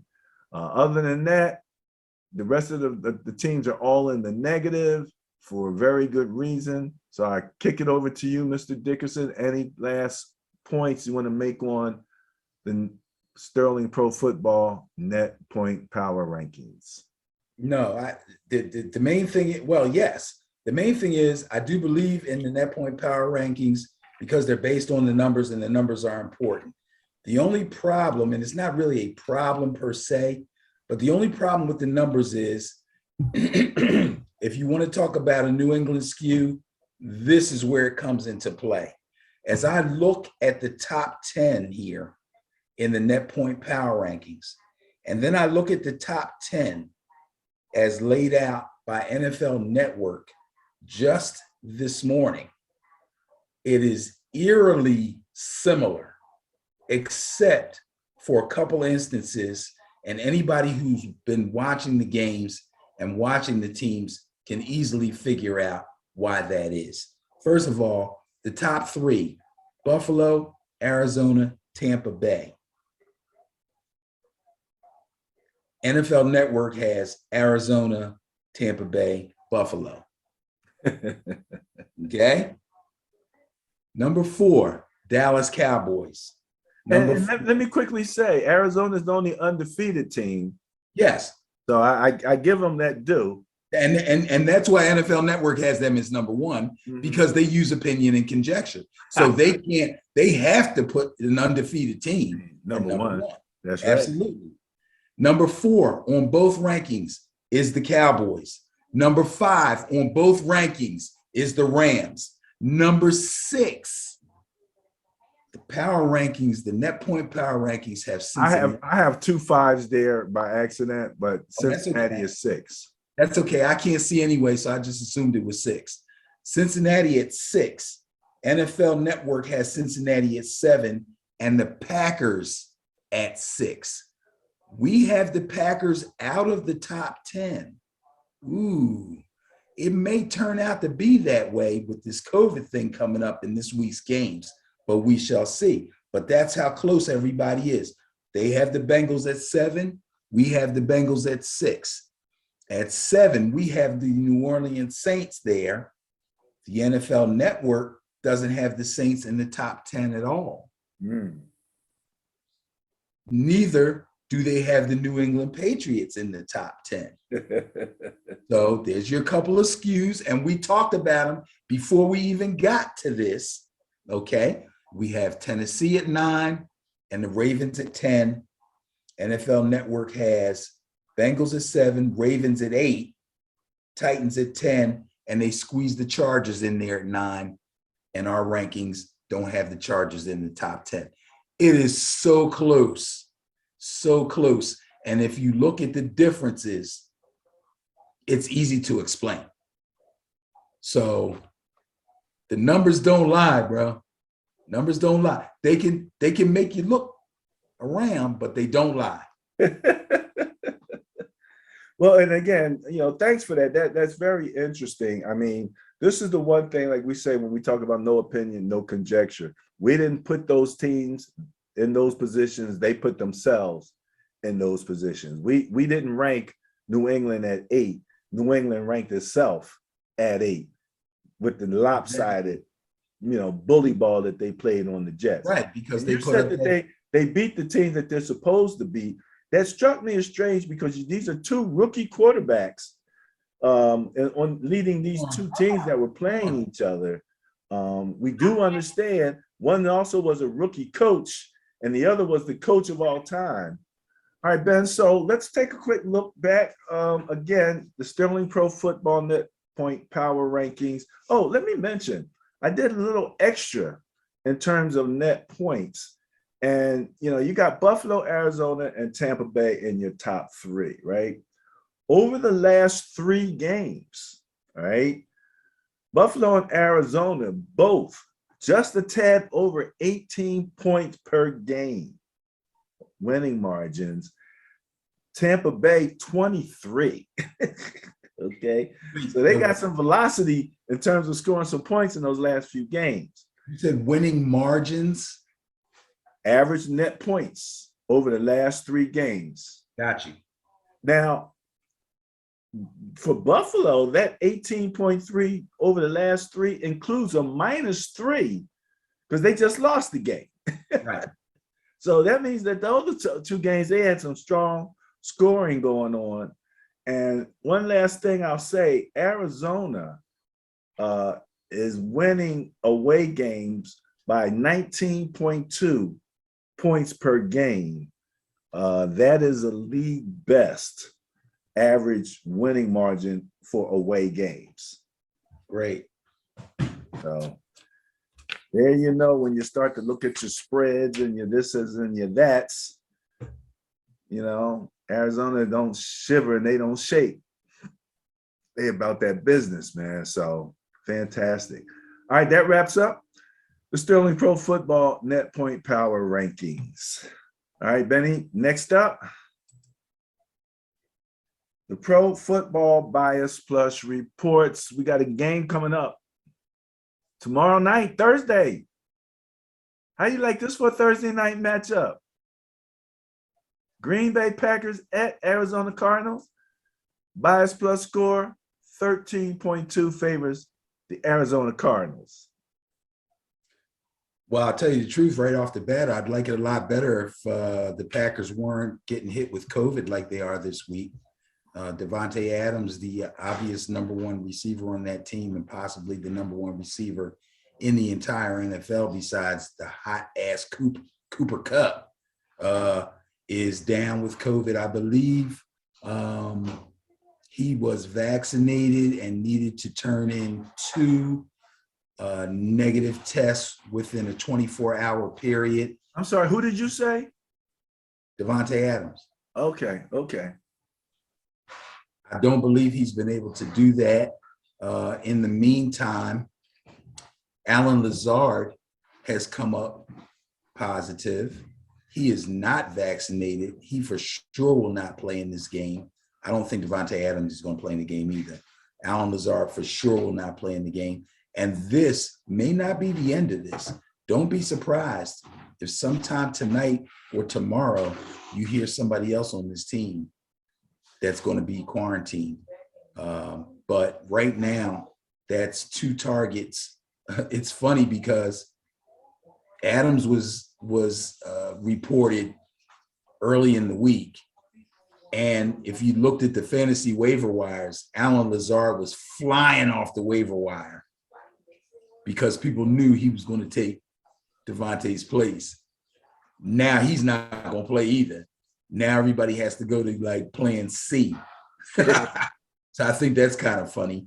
But that being said, I was probably going to take the Cardinals anyway, but I'm for sure taking them now. There's no way they're going to go into the desert without their number 1 option and beat the Cardinals. It's just not going to happen. I'm going to take the Cardinals. This is actually, as much as I wanted this to be a really great game, and in fact, it possibly could. I got it. I no doubt about it. I'm taking the Cardinals. I don't know what else to say on this one. Well, the one thing that I would say is this, and you say it could possibly be a great game. I think it's going to be a great game. Okay. Aaron right now is he's trying to ascend up the mountain and become the guru at this particular point. And if he loses a couple of his receivers and he falls apart, it ain't going to look good. And then, they still have a running game that they should be leaning on. And as I said, and we know for the Cardinals, they will be missing the defensive end, Watts. JJ Watt will be out. He's supposed to be out. However, on the other side, he's back. Right. Remember, I said they were so hard to run on the edges with the two of them, and I'm sorry, I'm forgetting the name. It's coming back on the other side. Yeah, JJ Watt's been playing inside a little bit more than he's been playing on the edge. So that's a plus for the Packers. But I don't know that they can lean on their running game that much to pull out a game against a team that's really flying high right now. And I've seen teams fly high and fall hard. It has happened. Well, again, if you can run inside, and with Aaron being Aaron, if he's efficient being Aaron, yeah, it's going to be a fun game to watch. But who's he going to be efficient to? Pardon me? Who's he going to be efficient to? Who's he going to be efficient with? Is Tanyan running? Is he in or is he out too? Tanyan's in. That's one. So again, like you said before, he makes anonymous receivers better. And I think within the system, he's going to have an opportunity to throw the ball. He's going to be throwing it to his backs. He's going to be throwing it to his tight ends. And, who's the brother he brought in from, who was it? The Seahawks or whatever? Randall Cobb, who's done absolutely nothing this year. Valdes-Scantling is his opportunity then. He is an opportunity. Bro, if he could have done anything, he would have done something. I'm not saying he's not going to catch any passes. I'm not saying he may even score. You asked me who he could possibly throw to. I gave you a name. Okay, that's not enough. Cardinals win. I'm with you. That's what the what you call them saying. But I just said I think it's going to be a good game. It could be a really good game. I'm interested to see Aaron overcome. I said it could be a good game. I don't think it will be. I think the Cardinals smoke them. How about that? There you go. Stick to your guns. Carolina Panthers at Atlanta Falcons. Bias plus score 6.6. Favors the Carolina Panthers. Panthers don't stand a chance in this game. The Falcons' offense is actually humming along pretty nicely. Kyle Pitts is coming into his own. Matt Ryan is starting to fall in love with the guy. He's got Calvin Ridley, who for some reason their chemistry hasn't been really tight. But Russell Gage, the number 2 receiver on that team, is now back from injury and caught a few balls last week. I think he even scored. So the Panthers are on one leg right now. They're going to start Sam Darnold again because when they brought in P.J. Walker, the backup last week, he actually was worse than Darnold. So, take the Falcons in this one. The bias is taking the Panthers. I'm definitely taking the Falcons in this one. The thing about the Panthers, they're going to, if not Sam Darnold, what's his name? PJ? Yes. PJ looked a bit skittish. And, this is one of those things where, okay, it's time for the Panthers to say, this is who we are as an offense. Because if they don't know who they are, then they can just bring in anybody. Sam Darnold run around, PJ run around. It's not like a structure. It's very unlike what's going on in New England, where you have structure and, they have an identity. People kind of know what to expect, but that's what they're going to do. And that's how they recruit and that's how they bring in free agents. So I don't know, we've seen PJ give us some thrills and all of that, but I don't know if that's where you're going to build your team out on. So they really have some quarterback decisions to make. That's what the situation is. But apparently they played a little bit better than the Falcons up to this point. So we shall see. All right. Miami Dolphins at Buffalo Bills, bias plus score 31. 31, Ben, not 3.1. 31 favors the Buffalo Bills. We already talked about how much of a net point they had, what their net points were, how high they were. They were in first place in net points. And we know that the Miami Dolphins are in 30th place at minus 11.4. So you can see where all of a sudden that adds up. And then when you throw in turnover differential, in addition to that, it all points to the Buffalo Bills. I guess the only thing, and what else points to the Buffalo Bills, where is Tua's head at now that they know that it's being said that his team is very interested in going to get a guy who's facing criminal charges rather than put their faith in him? I mentioned that when I did last week's recap because these talks have been going back and forth for a while. It's intensified now that the trade deadline is on its way up. But he did an interview today, and he was asked if he felt like he was, how did they put it? If he felt loved. And his answer was, I don't not feel loved. I don't know what that means. But like I said, when I did the recap from last week, he's played 2 really strong games in a row. The guy threw 4 touchdown passes last week. The defense can't stop anybody. So it's not him. It's the team as a whole. It's the defense. And, I think he's going to land on his feet one way or the other.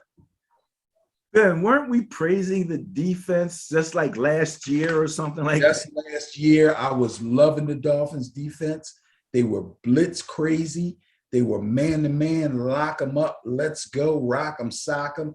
And this year, the wheels have fallen off. Well, that's 2 teams that we were really high on their defense. The Miami Dolphins coming in 31 at 20, giving up 29.6 points per game. And then the other team we were, so high on and giving big praises to, but you said you'll no longer call them what's the word you were calling them before? A vaunted defense? We're talking about the Washington football team? Washington football team coming in at number 32, giving up an even 30. Worst in the league. Their defense was supposedly so good that most of the major networks were saying that the Washington football team had a chance to win the NFC East based on how good their defense looked on paper. That blew up in a lot of people's faces. The numbers are what they are, very interesting, but okay, Buffalo Bills favorite in this situation. What are you doing?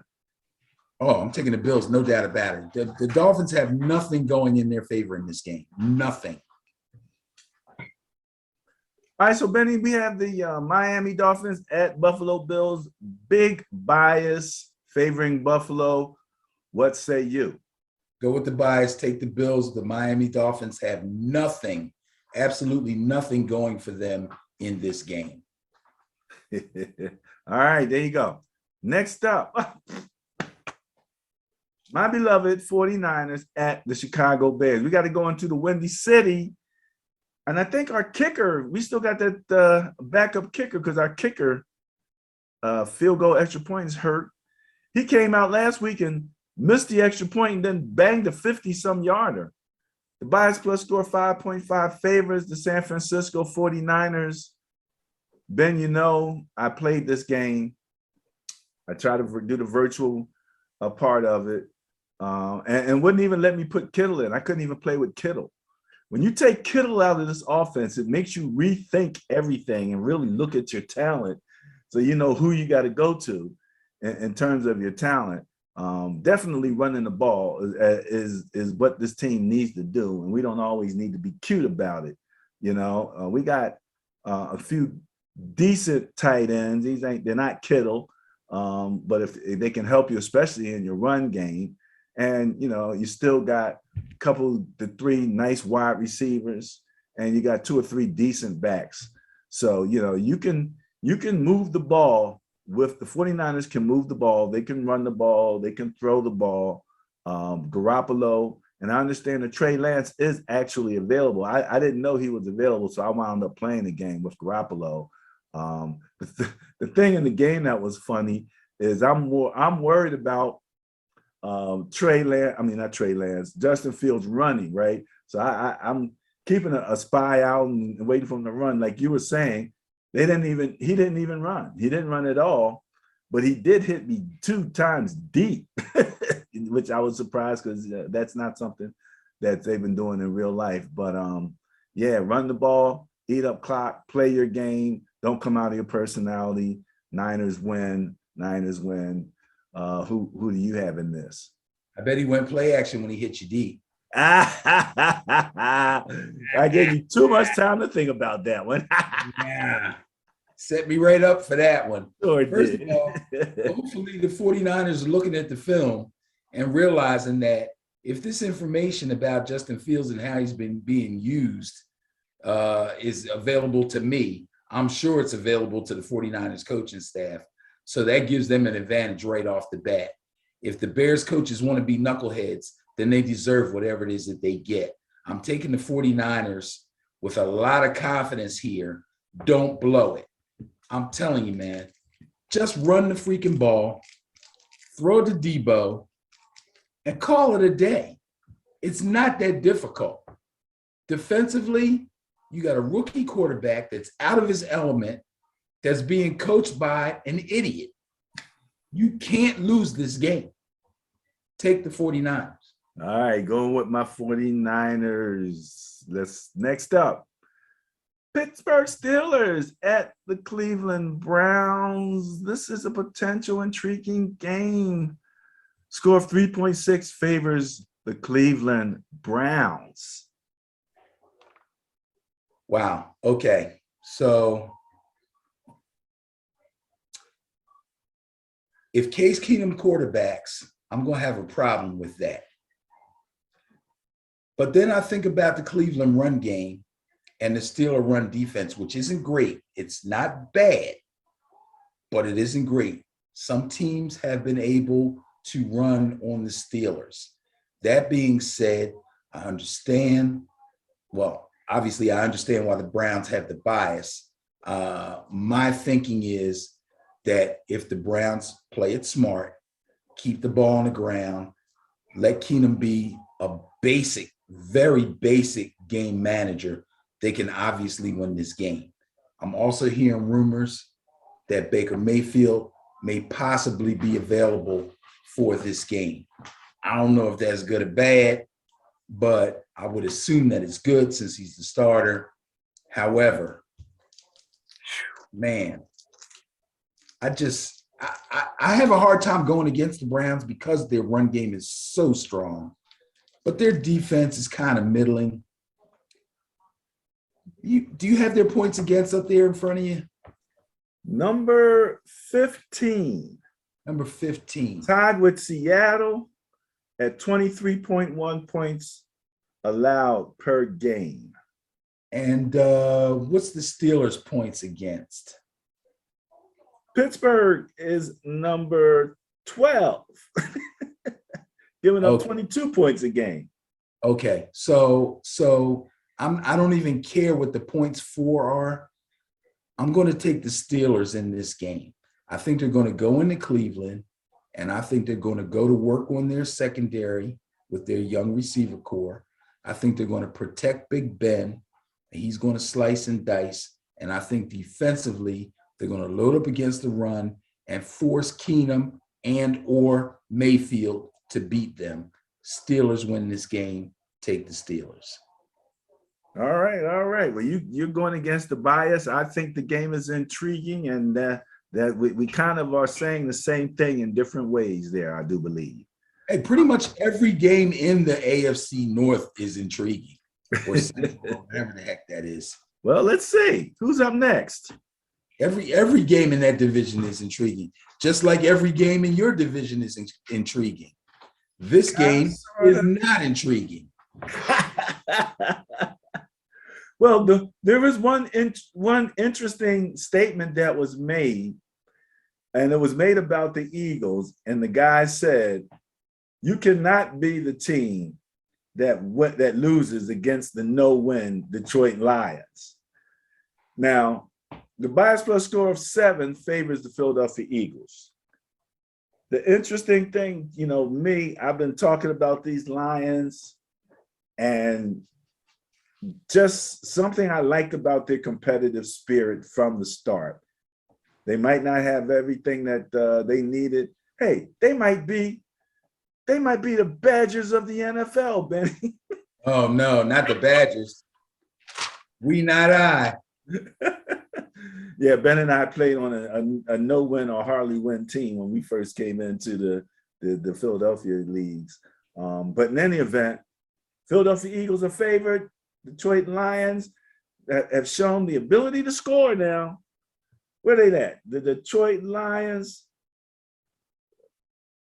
well, I'm saying they had the ability to score, but they're averaging 18.3 points per game, 28th in the league. I thought they were a little higher than that. No, that's cool. They put up 19 on the Rams last week. Yeah, that's right, averaging giving up 28 though. That's right in their wheelhouse. That's right in their wheelhouse. What are the Eagles scoring? The Eagles are scoring, they're 18th, 22.7 points per game. That's not enough. Lions win. Take the Lions. Take the Lions. Eagles crying. They'll be crying if they lose to the Lions. Oh, God, I can't even imagine Philadelphia radio. Here's the only problem with this game.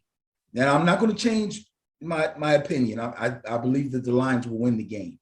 But the problem with this game is Jalen Hurts, for all his things he's got going on, and that goofball coach they got, who for some reason insists on calling plays, it's like 2 rookies trying to walk. It's like 2 blind guys trying to lead each other across the street here, rookie coach and basically rookie quarterback. But Jalen Hurts really has no problem trying to put that team on his back.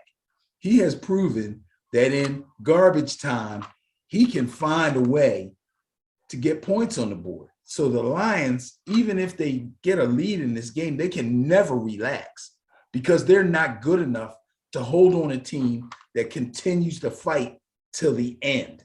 And that's the one good thing I can say about the Eagles is they fight to the end.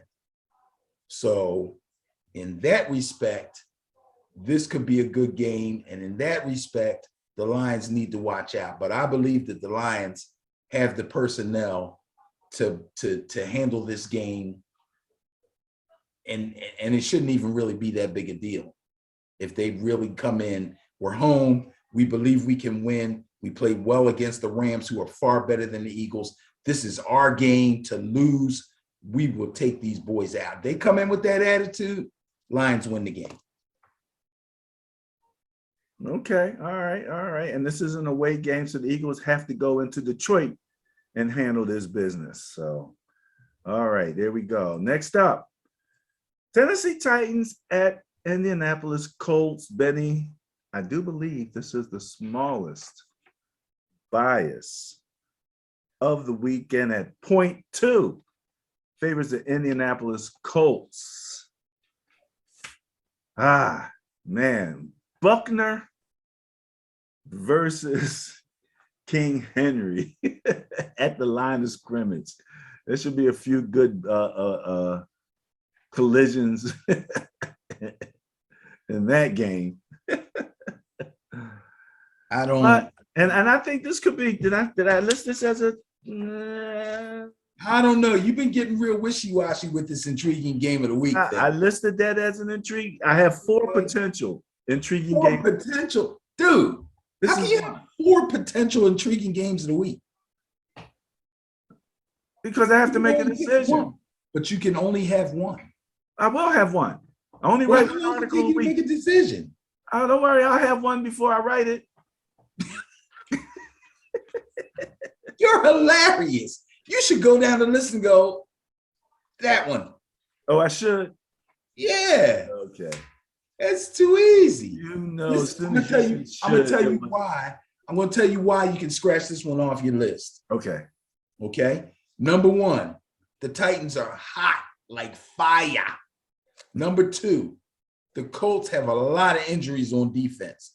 Number three, having a lot of injuries on defense is the worst thing when you want when you have to face Derrick Henry. And number four, if you take all your resources and all your healthy bodies to try to just slow him down, because in the famous words of an ESPN analyst from way back in the day, whose name I can't remember, you can only hope to contain him. You cannot stop him.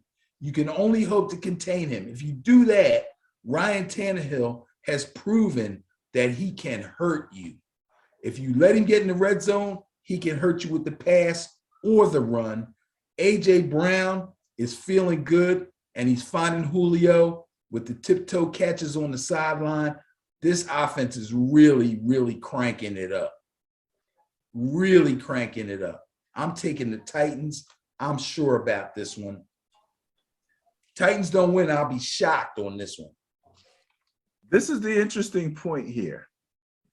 When you look at this small 0.2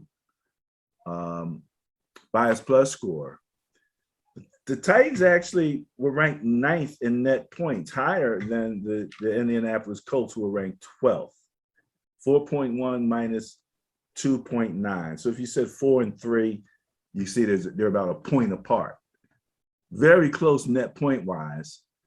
But then when you get to turnover differential, Tennessee is a minus 0.1 and Indianapolis is plus 1.3.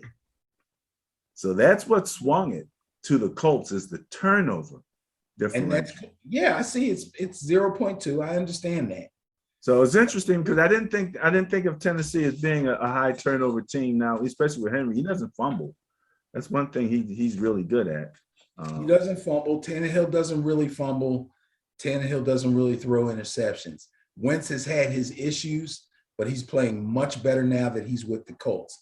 The problem is the Titans showed that if you don't protect your quarterback, they will get after him. They did it to Mahomes, and they'll do it to Wentz. And Wentz, when he's not comfortable, has a tendency to do things that aren't real smart. I got to go with the Titans. He's been a lot better, a lot very unlike he was last year. And again, Absolutely, they are positive 1.3 in the turnover differential. So you got to give him his just due. Absolutely. I agree 100%. He's with a team that actually believes in him and relies on him.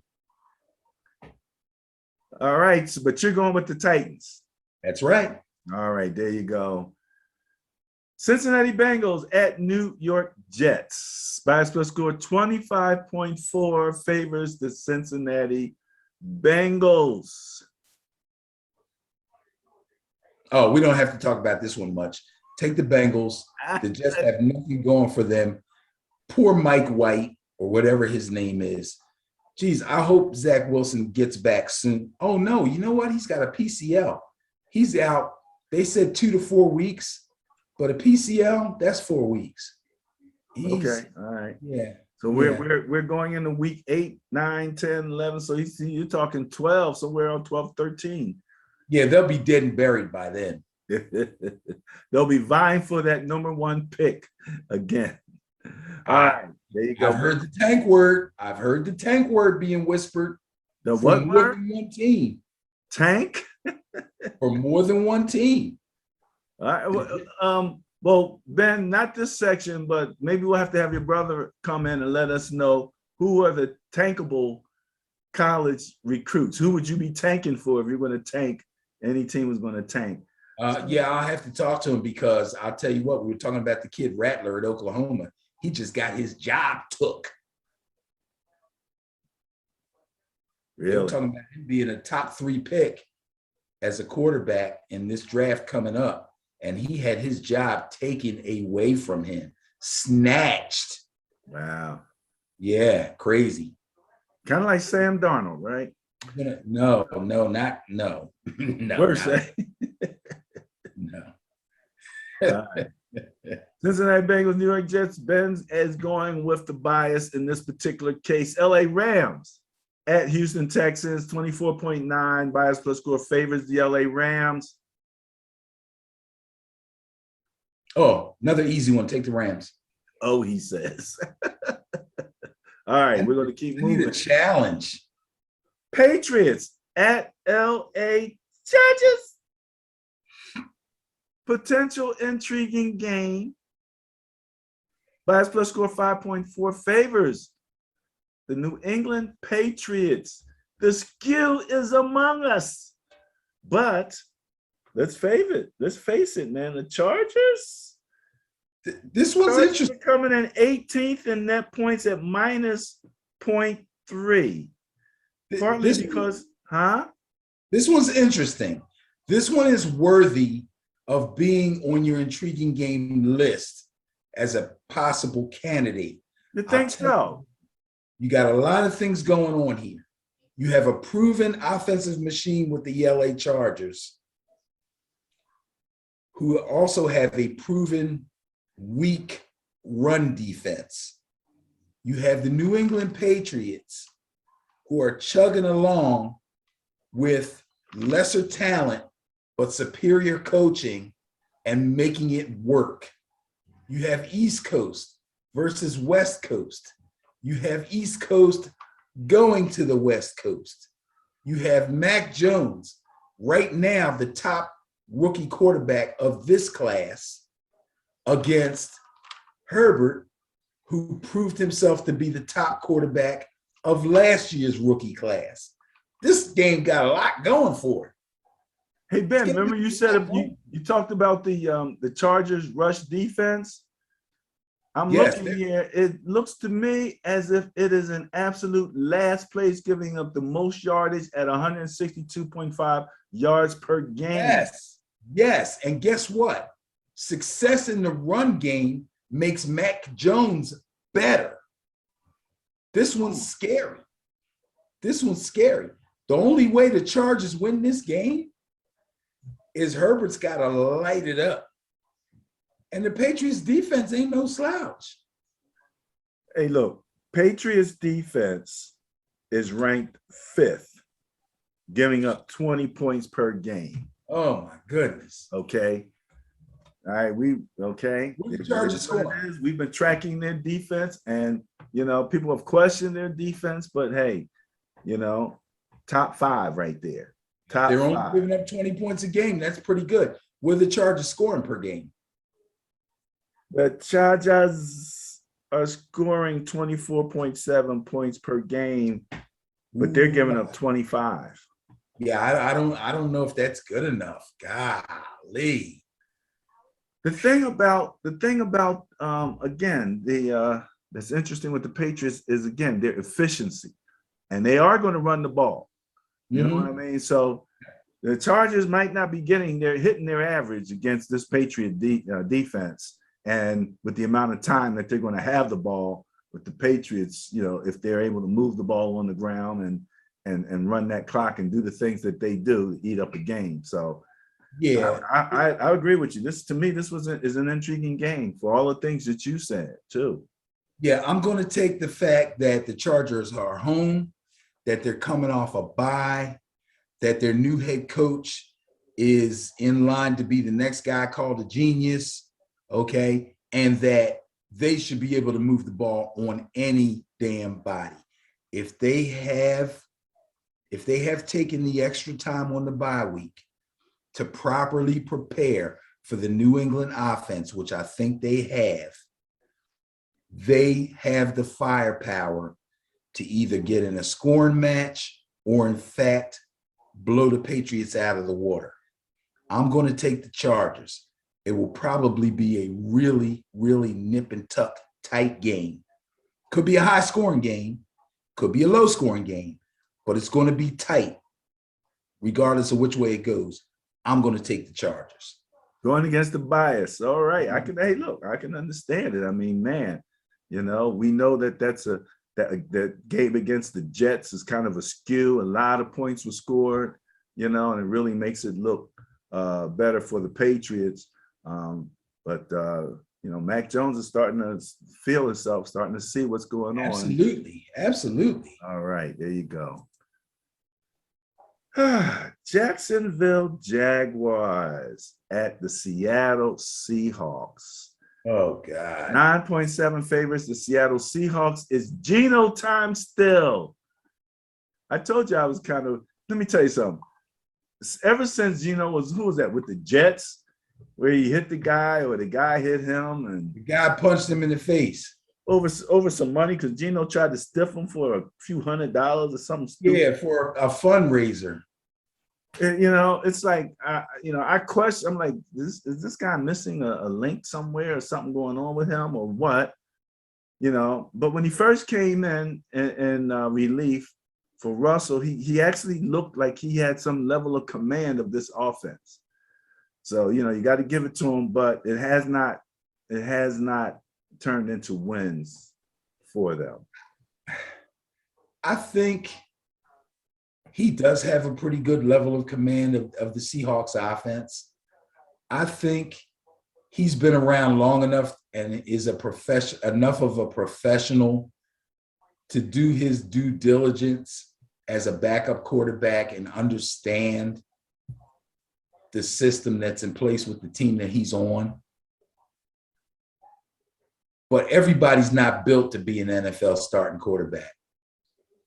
And Geno's he's just not built for it. He never has been. He has no real starting quarterback success in this league. And I don't think he ever will. And I think he's content with that. He looks like he's afraid sometimes. And maybe he just has one of them faces. People used to talk about how Eli looked goofy and he always had some kind of weird look on his face and you never could figure out. Geno's got one of them crazy faces too. But when I look at that face and then I watch how he moves in the pocket,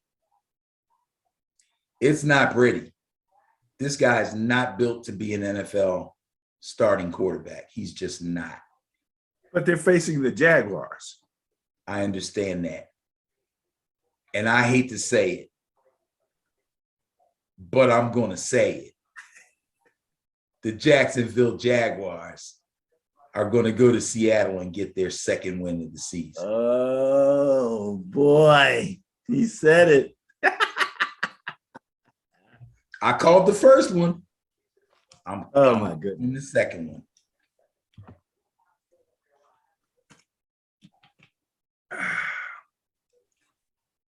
You might make Russell play with the splint. No, they're not. No. They're going to be like, Ben said, what? Russell. Russell. You're going to have to play, man. Here's the problem. The Jaguars, they stink on defense, but they don't really stink on offense. Like they got a run. They have a real run game. James Robinson is a real nice running back.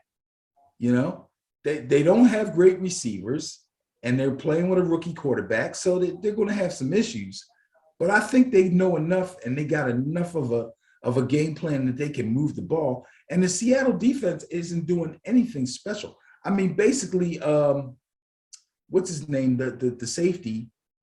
He's like the whole freaking team. You talking for the Seahawks? Yeah, Collins. Jamal Adams. He's in the box. He's back. The last game, they played him back deep. He never plays deep. They got him all over the field, man. He's covering up everybody. Which team has the better quarterback? Right now? Right now, this game. Jacksonville. After what I saw last week, are you kidding me, man? Geno looks horrible. He doesn't have a clue. He's skittish. He's scared. I think he's afraid. He don't want that smoke, man. He don't want that smoke. But Jacksonville has to earn it. Urban Meyer's got to send dudes at him. He's got to earn it. Send the house make him beat you throwing the ball, and he will lose. All right. So you're going with the Jacksonville He couldn't even find Jaguars Lockett. for an upset. He couldn't even find Lockett last week, Monday night or whenever. Did he have a pocket? Yeah, he was shaky in the pocket. Shaky in the pocket. Hey, if you got a pocket Shaky in the pocket and couldn't find Lockett. Can't get at the Russell. Can't give Russell a pocket in the Lockett. How do you have Tyler Lockett on your team and you can't complete a pass to this guy? All right. So you're going with the Jacksonville Jaguars in an upset. Yes, I am. Yes, I am. Over the Seattle Seahawks. All right, where are we at here? The vaunted, we ain't going to call them vaunted no more. Washington football team at the Denver Broncos, bias plus score of 11, favors the Broncos.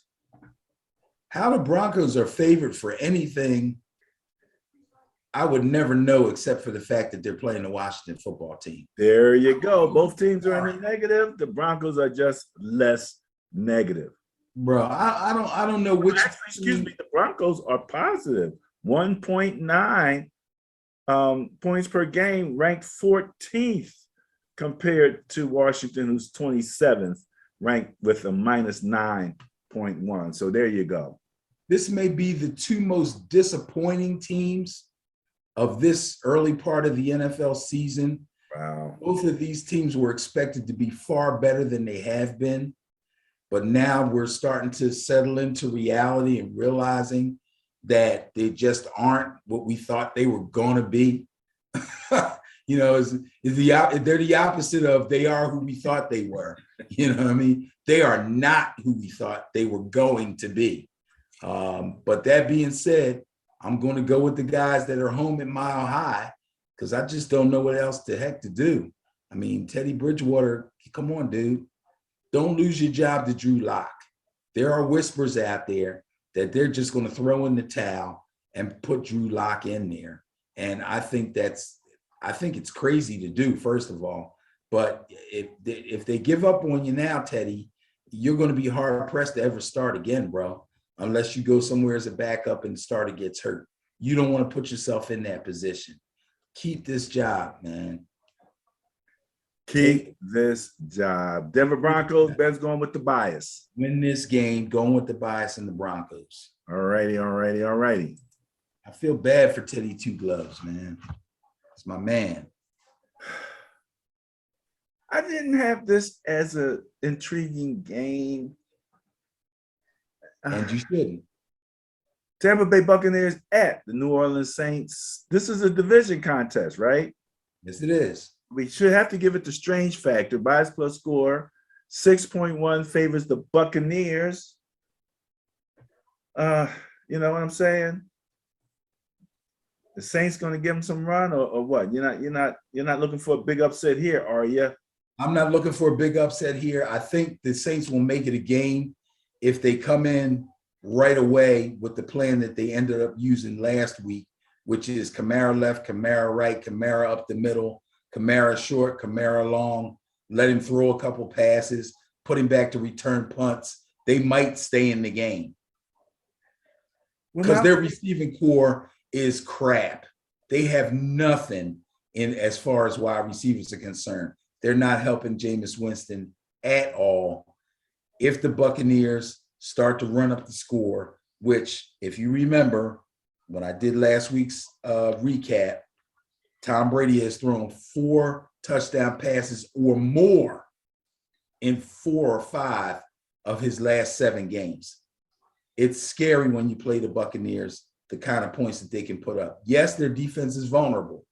Yes, Kamara will probably get off on these guys, but not enough to keep up with them on the scoreboard. Take the Bucs, no problem. Interesting. You know, we mentioned in another part of the show, Benny, Mark Ingram coming back to the Saints.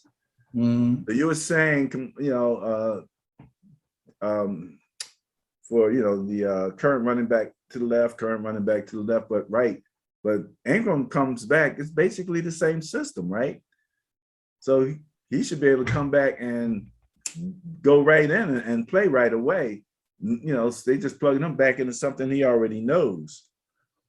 And then just for the fun of it, I got another one that says Texan star wide receiver is complaining Brandon about, Cooks.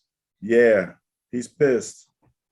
He's pissed about about them trading Ingram, Mark Ingram. As he should be.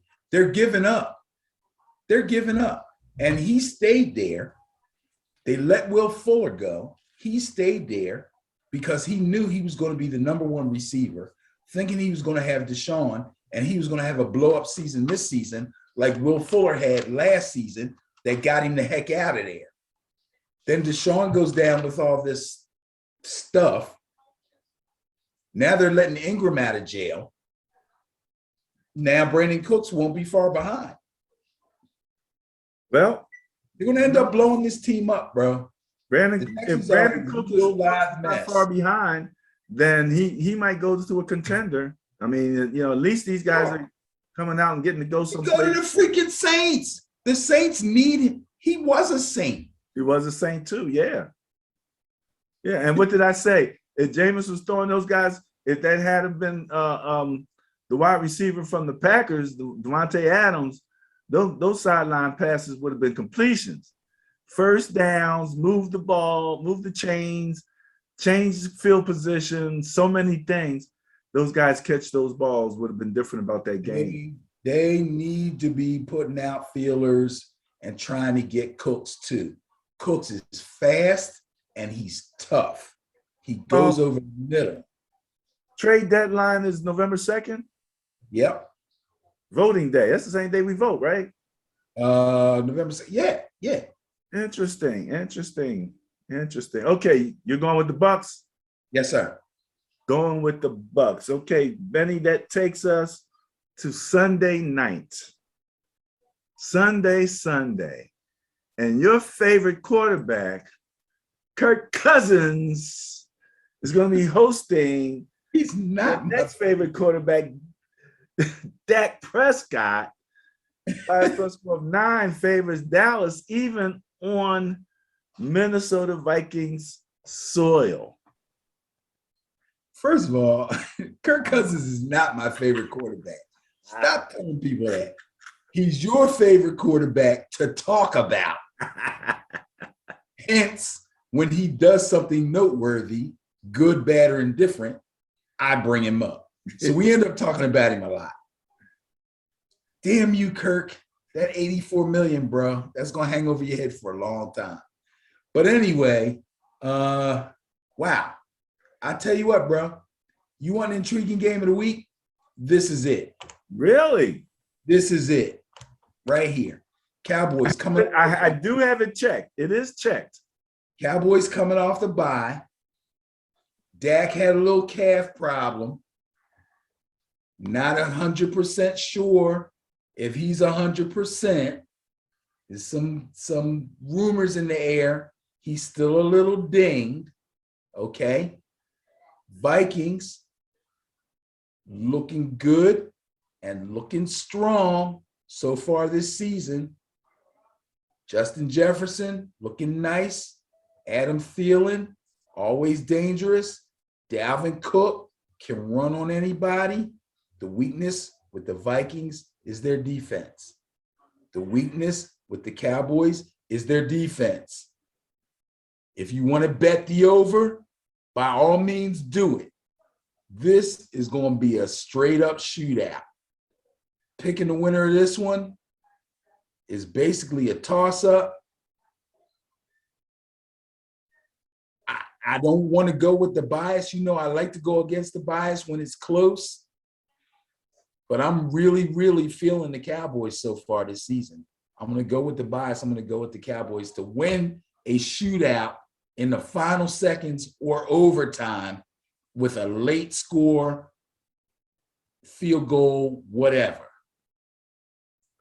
Well, you know, the defenses are pretty much even here. Dallas ranked 20th, giving up 24.3 points per game.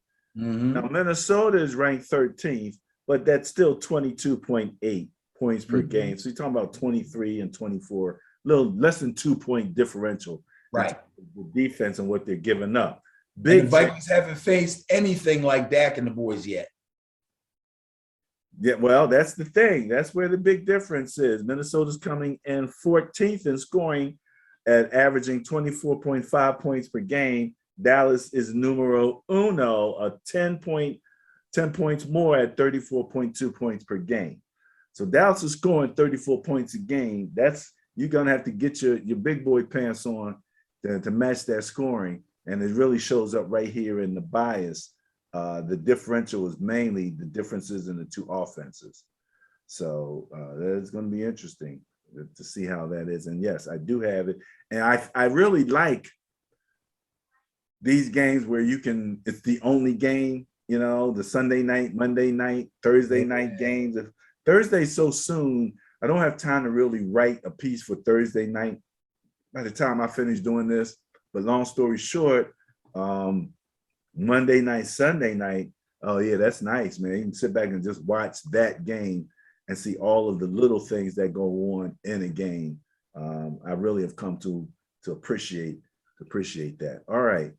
Let me say this real quick, since I had the time while you were talking, I looked it up really fast. This will tell you about the Vikings defense. There are 3 wins. The Vikings 3 wins, because they're 3-3, are against Seattle, Detroit, and Carolina. Carolina being the last one, week 6.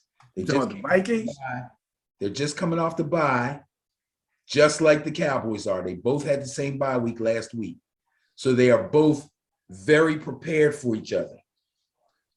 But the Vikings' 3 losses were against Cincinnati, hot, Arizona, hot, and Cleveland. And now they're healthy. When Cleveland was healthy. When Cleveland was healthy, right, back week 4. So yeah, that I think that speaks volumes for where the Vikings are at. Again, I think it's going to be a great game. I'm going to make sure I stay up and watch this one. This is going to be a great game. This might be 48-42. Who knows what? All right. And we'll all keep an eye out for that Kirk Cousins moment. That makes Kirk Cousins. Hey, look, it could be tied up, or they're driving to kick the field goal to take it to overtime, and Diggs picks him off and goes 90. What a fitting finish. Oh my goodness. Diggs, yes. Diggs. That would make you happy. That would be fitting. The brother of the guy that they let go. Oh, jeez. Oh, you know what? See? We're good at writing these stories, man. Woo! All right. Well, I'm gonna have to give that some extra thought then, for intriguing game. All right. Monday night, mister. Monday night, the New York Football Giants. What? We got a Monday night game? Are going into Kansas City. Kansas City, here they come. Don't tell me we have the bias. The Kansas City. Don't tell me we have the The bias. net point bias favored just the points by themselves. Favored Kansas City 3.8, just 3.8 net points in their favor over the Giants. But in the turnover differential, Benny, it's the G-Man. The G-Man at 1.4, and that's why that score is so low. Oh, man, I didn't even go to it yet. I'm talking about it, didn't show it. 2.4. Saying, don't please tell me the Giants have the bias. 2.4. They have the turnover differential bias, but the larger net point bias means that it still favors the Chiefs.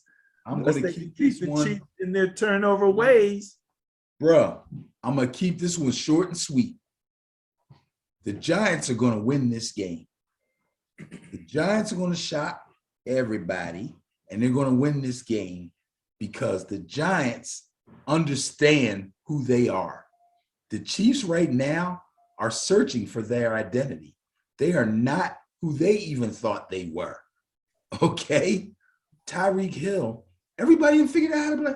Bro, they're playing two high safeties. They're playing man-to-man underneath. There's nowhere for him to go. If the Giants are smart, they'll take the blueprint and they'll follow it. And they don't use Kelsey downfield. So he's always in your sights. He might get a lot of targets. He might get a lot of catches, but he's not going to burn you unless you let them get in the red zone. Their run game is barely average. And if the Giants score a touchdown or two, they'll stop running the ball. I can see this one as clearly as I saw last week's game. The Giants are going to win this game.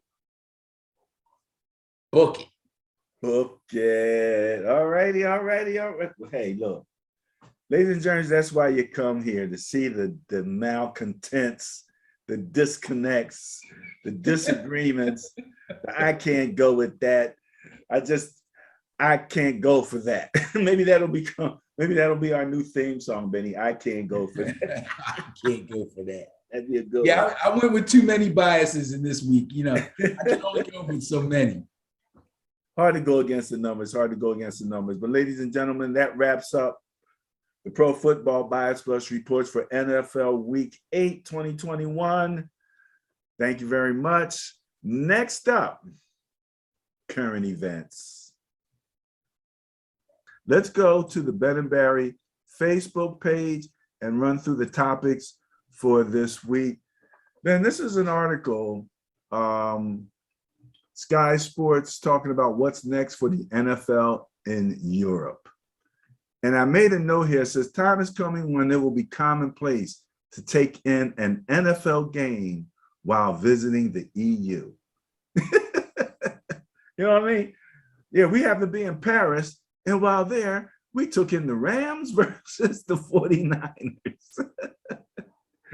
That's going to add a whole nother thing to just going to Europe, man. And it really is a thing. They really are looking to expand in more than just England. They're talking to Germany now. And then you've got all of these American-style football leagues that are promulgating all across the United States. So a lot of the people now they're looking at to bring in, and compete for that 53-man roster now, not just coming from the United States territories. As we know, we're already bringing people in from the islands, and you're competing with, Samoans and everybody else. But now you're looking at the EU, Asia, Eastern areas. All of those are going to be producing football players and being helped by the NFL. That's what the NFL wants to do, man. So they're going to make this thing an international game one way or the other. Yeah, I think you probably forgot what I asked you last week. You said you were going to check on, which is cool. It's not a problem. I'm disappointed. I haven't heard anything about Mexico City games. The Raiders used to have a game in Mexico City like once a season. And I would be disappointed if, in fact, they're not going to have any games in Mexico this year. I understand the emphasis on Europe. I do. But there's American football being played in a couple of different leagues in Mexico. In fact, there's a guy who played in the PTTFL who played in one of those leagues on one of those teams. So people in Mexico do like American football. A lot of them are Raiders fans. A lot of them are 49ers fans. They like the California teams. I'd be disappointed if, in fact, they've decided to lock in on Europe and have forgotten about Mexico. That's just me. Well, I don't know if they've forgotten about Mexico. I'm looking at a quick article here. It says this is the third time the league has decided to cancel the annual game at the Azteca Stadium. They had some field condition issues. Again. And there was the coronavirus pandemic, which is not really over with yet. So, That's in Europe too. it's just tough, yeah. But I don't know, I don't know what the vaccination rates are and what the laws are in Mexico. I'm not saying go, I'm not giving them credit or giving them blame. I'm just telling you what I'm saying for right now. But international expansion is what they're looking for. In Mexico, yeah, they're right next door. We don't even have a game in Canada. Oh, yes, we do. Look, who's in Canada? But I'm going to say Buffalo. Not quite. Nobody's in Canada. Close. Canadians got their own league. We can't go up there. What the heck? The Kurt Warner story. Who's this guy? I don't know, but he doesn't look handsome enough to be Kurt Warner. He doesn't look anything like Kurt Warner at all. At all, I know. Doesn't, he's going to have to act his way into this. But nor does he look like a dog, huh? Nor does he look like an actor I'm even familiar with. I'm trying to figure out. Come on, man. Wait a minute. I'm going to watch it. What's the guy coming in for the Jets? White? He's Mike White. I'm going to watch it because I think it's a wonderful story. The actual story of Kurt Warner and how he became what he has become, I think is one of the greatest football stories of all time. It ranks right up at the top with a lot of other ones. There's been a lot of guys that have overcome certain things and came out of nowhere and become Hall of Famers out of HBCUs and all that stuff. There's been a lot of Kurt Warner's story is right up there with those. Arena, semi-pro, all that crap, working in a supermarket. You kidding me? So I'm going to watch it. I just hope it's good. Sitting on the bench behind Brett Favre and Aaron Rodgers. Who? Kurt Warner. He was in Green Bay at one point. I know Brett had to be there when he was there. He was buried on the bench. Kurt Warner was with the Packers? Just for a short, yeah. Oh, for a short, yeah. He had a cup of coffee. All right, Ben. Did you celebrate Happy National Tight Ends Day? Boy, did I ever. Oh, my God. Tight ends went bananas. You couldn't have planned this. No, that it just happened to be Happy National Tight Ends Day, and damn near every tight end in the league got off. I'm telling you. It's crazy. And I know Kittle is kicking himself because he wasn't able to participate because he was injured. But I'm telling you, man, we saw some real tight end action out there on Sunday. And Kittle is the founder of National Tight End Day.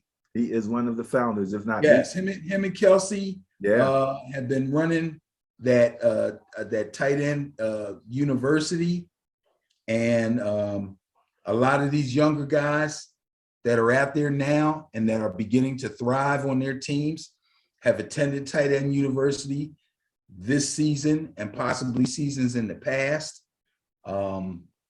It's great. I mean, let me see if I can come up with something here right off the top of my head. Mike Gesicki, 7 catches, 85 yards, 1 touchdown. Kyle Pitts, we talked about him. Leads all tight ends in snaps out wide. He lines up wide more than any other tight end, on top of the fact that he had a great day. 16 catches, 282 yards and a touchdown. Unbelievable, the targets he got. Hawkinson had a nice day. He's supposed to have a nice day. Waller didn't play. Schultz didn't play. He was on the bye. Knox is injured. He's on the bye. Noah Fant didn't do anything. Hunter Henry had a nice day.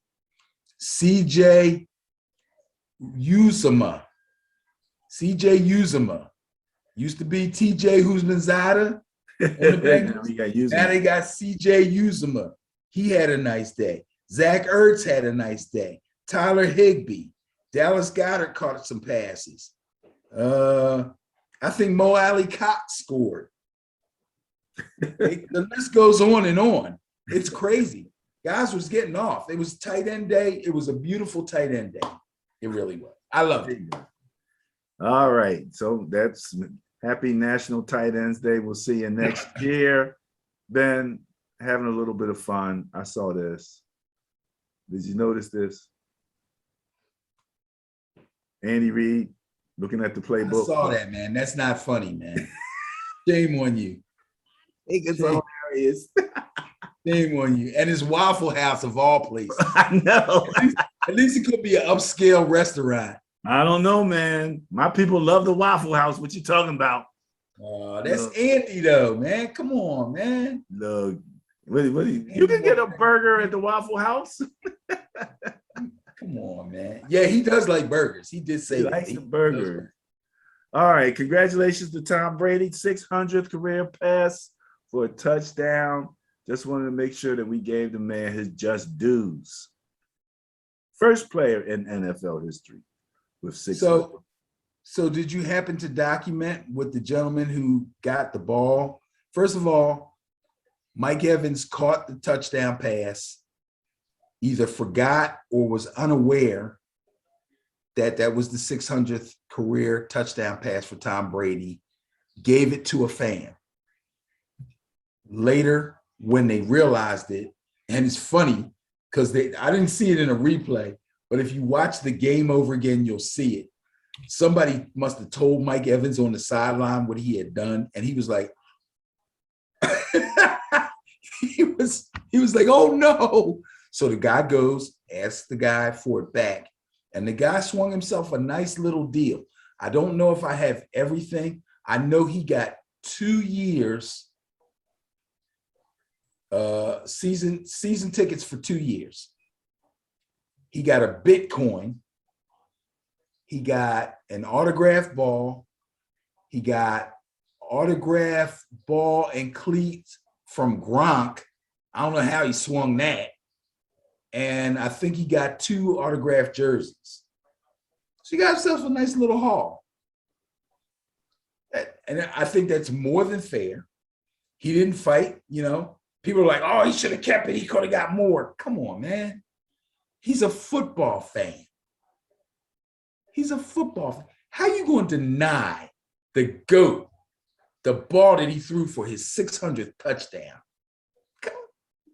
What's wrong with y'all? Hey, these were TV personalities that was saying that all kinds of people were saying he should hold out. He could probably get more. Come on. I'm saying they're saying here that it could be worth anywhere from $500,000 to $1 million, the ball itself. Yes, it could be. And the one guy was saying that he should have kept the ball, put it up for auction, and allowed Tom Brady to bid on it. That's what one guy said. That's been done in baseball quite a bit. Really? Guy hit a monumental home run. Because it's hard to get a home run ball back from a fan. Because baseball's only like that big. Right. Put it in his pocket, like what? Yeah. But you get a football, you're usually like right there. Yeah. You know, footballs don't go way up. So because they got the nets for the kicks. So they've taken the ball, got it authenticated, put it up for auction, and you sell to the highest bidder. And usually the player will bid and they'll let the player win. And then, yeah, you're right.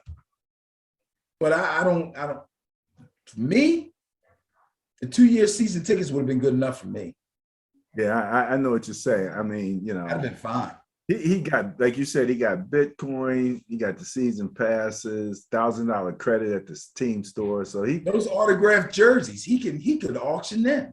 That might be the thing. You I thought about that. The stuff that he did get that was signed could be worth, if not $1 million, could be worth a lot of money, you know. Sure. So, that plus everything else he got, he still might be at least at $250,000. So sure. I think he was an attorney or something like that. So really? All right, Ben. Did you see this? This is funny. This is funny. It took me a minute to figure out what the hell was going on, but then I saw the green screen behind him. I was like, oh, he's faking like he's at work, right? Hey Frankie, this is the last time I'm gonna warn you. Please refrain from wearing Ravens outfits in these meetings. Is he faking that he's at work, or is he faking that he's home working? Can't help myself. I'm stuck in the office on game day, you know? Anyway, like I was saying, Ben, I have a green screen, that same green screen. You put that thing behind you, put your virtual background on, they don't know where you are. But the funny thing is the people laughing in the background. And then the whole contraption, the way he's got the laptop sitting up on his chest, looking like he's sitting at the desk like you and I. Yeah, right, exactly. It was perfect. Oh, it's hilarious. And he's got the straight face. I'm sorry, boss. It's perfect. I loved it. I loved it. Okay. You did talk about Green Bay in terms of the issues that they're having with COVID-19 and the potential spread. So they've got a number of people that are going to be out. And I just, wanted to put this up. Did you have anything and more you wanted to say about that? No, I just hope that it's just Adams and Tunyon for Green Bay's sake, that this may not be the end of it. We've talked more and more about analytics. I saw this article and you see it says, can next gen stats help predict pass plays? And they actually have statistics now that says if you're lined up in this configuration, there's X percentage potential that's a pass play and not a run play. That's ridiculous. Hey, the thing we're saying is how much has it invaded the whole decision-making process? We're getting clues now. I take that back. It's not ridiculous. However, I know for a fact, and I don't know crap about analytics, I know for a fact that teams will run the ball out of passing formations and pass the ball out of running formations. You have to be a student of the game to be able to figure out ahead of time what a team is going to do. This analytics stuff is getting way freaking out of control. And I don't care what numbers they give you. You got to remember, these numbers that they're giving you are totals. They're overall numbers. Excuse me, is this the same guy that was on the play action analytics bandwagon? No. That's exactly what I'm saying. Those numbers are specific to one team and one player. These analytics that these guys are trying to live off of are for all 32 teams, the good teams and the bum teams and the teams in the middle. You cannot rely on those analytics for your specific team. You can't do it. That's why the Eagles are struggling now. Hey, Ben. This is ridiculous. Bro, I'm no scholar. I only lasted 1 year in college, but I'll be damned if I'm going to let somebody say all of the NFL says that if this happens and you're here and the score is this, that you should do this. And I'm going to look at my team and go, okay, screw that. Because nobody knows my team better than me. All right, I'm going to give you something to bolster what you just said, whether I believe it or not. But we all talked about the sport that's known for analytics. This quote came out of that sport. We use analytics, but there is no way to calculate the it factor. Guess who said that? John Smoltz. Okay. Baseball. Right. But guess what? He's been retired for like 20 years. Point being? Huh? What do you mean? Why did you say that? What did that? You saying he don't know what Because he's talking about? he's gonna agree with me. He's Oh, he's old gonna agree school. with you. He's old school. Analytics was just a thought back when he played. And he's Well, I an think all-star, I he's a think Hall of Famer, and he's a World Series winner.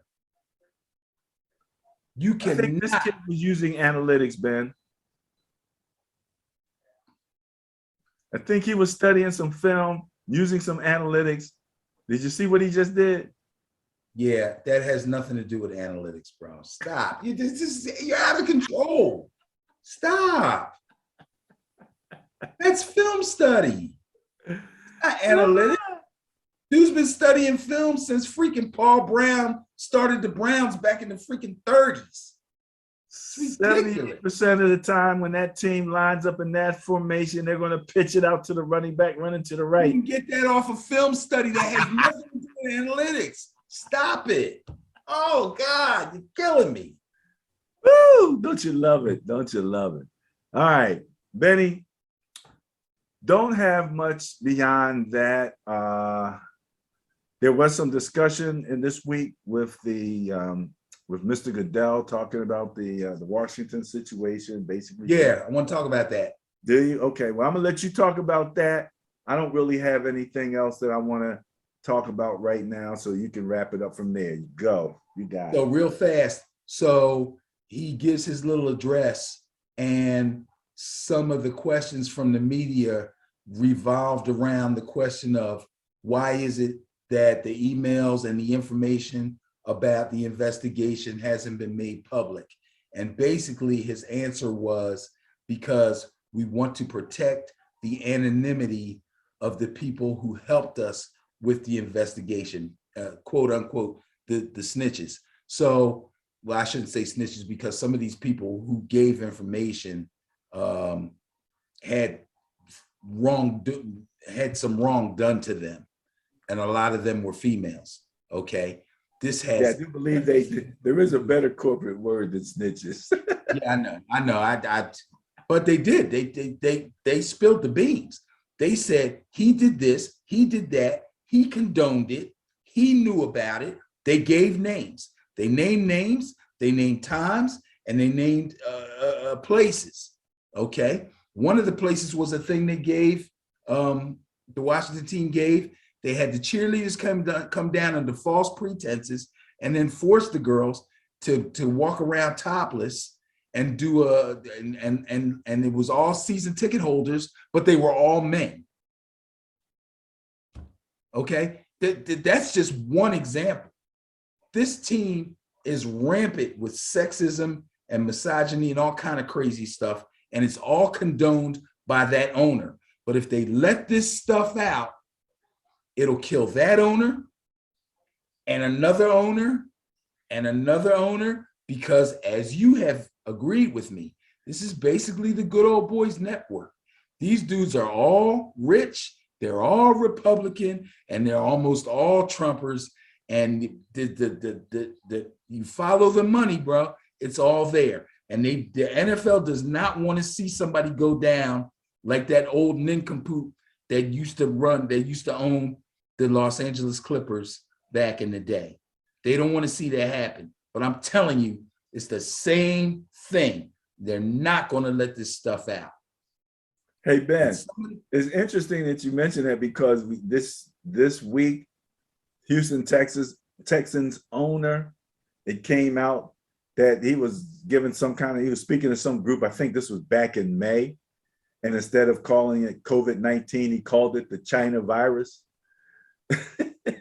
And people had to come to him. He apologized since, but come on, we know where he got that from. And this is the got it from Trump, but they believe in Trump. No, what I want to say is the reporters on TV, rather than saying that, they would not come out and say he got it from Trump. This is part of the problem. They're soft peddling, these things and not going straight to the facts about where he got it from and who was the leader in saying that. And like you said, they're all followers of him. They were all on that bandwagon. They listen to him. They're indoctrinated with his words and his thoughts, but they won't publicly say it. but everybody knows that it's so. And in instances like this, where something slips out, what black person gonna slip and say the China virus? Dave, Ain't nobody gonna slip and say, because we I was gonna it's say Dave so- Chappelle. no, he ain't gonna slip. He gonna say it on purpose. Say it on purpose. Yes, he'll say it on purpose to prove a point, but nobody's gonna slip and accidentally say it. Because when we hear it, or when we heard Trump say it, we were like, this mother, You know come what I'm on, bro. Yep. I saw the word Wuhan on the news today. I was like, oh yeah, right, Wuhan. I haven't heard that word in months. Freaking almost a year.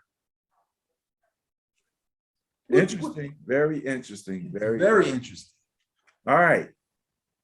Famous last words? Ooh, famous last words. Well, yeah, I guess they are famous. Go Knowles.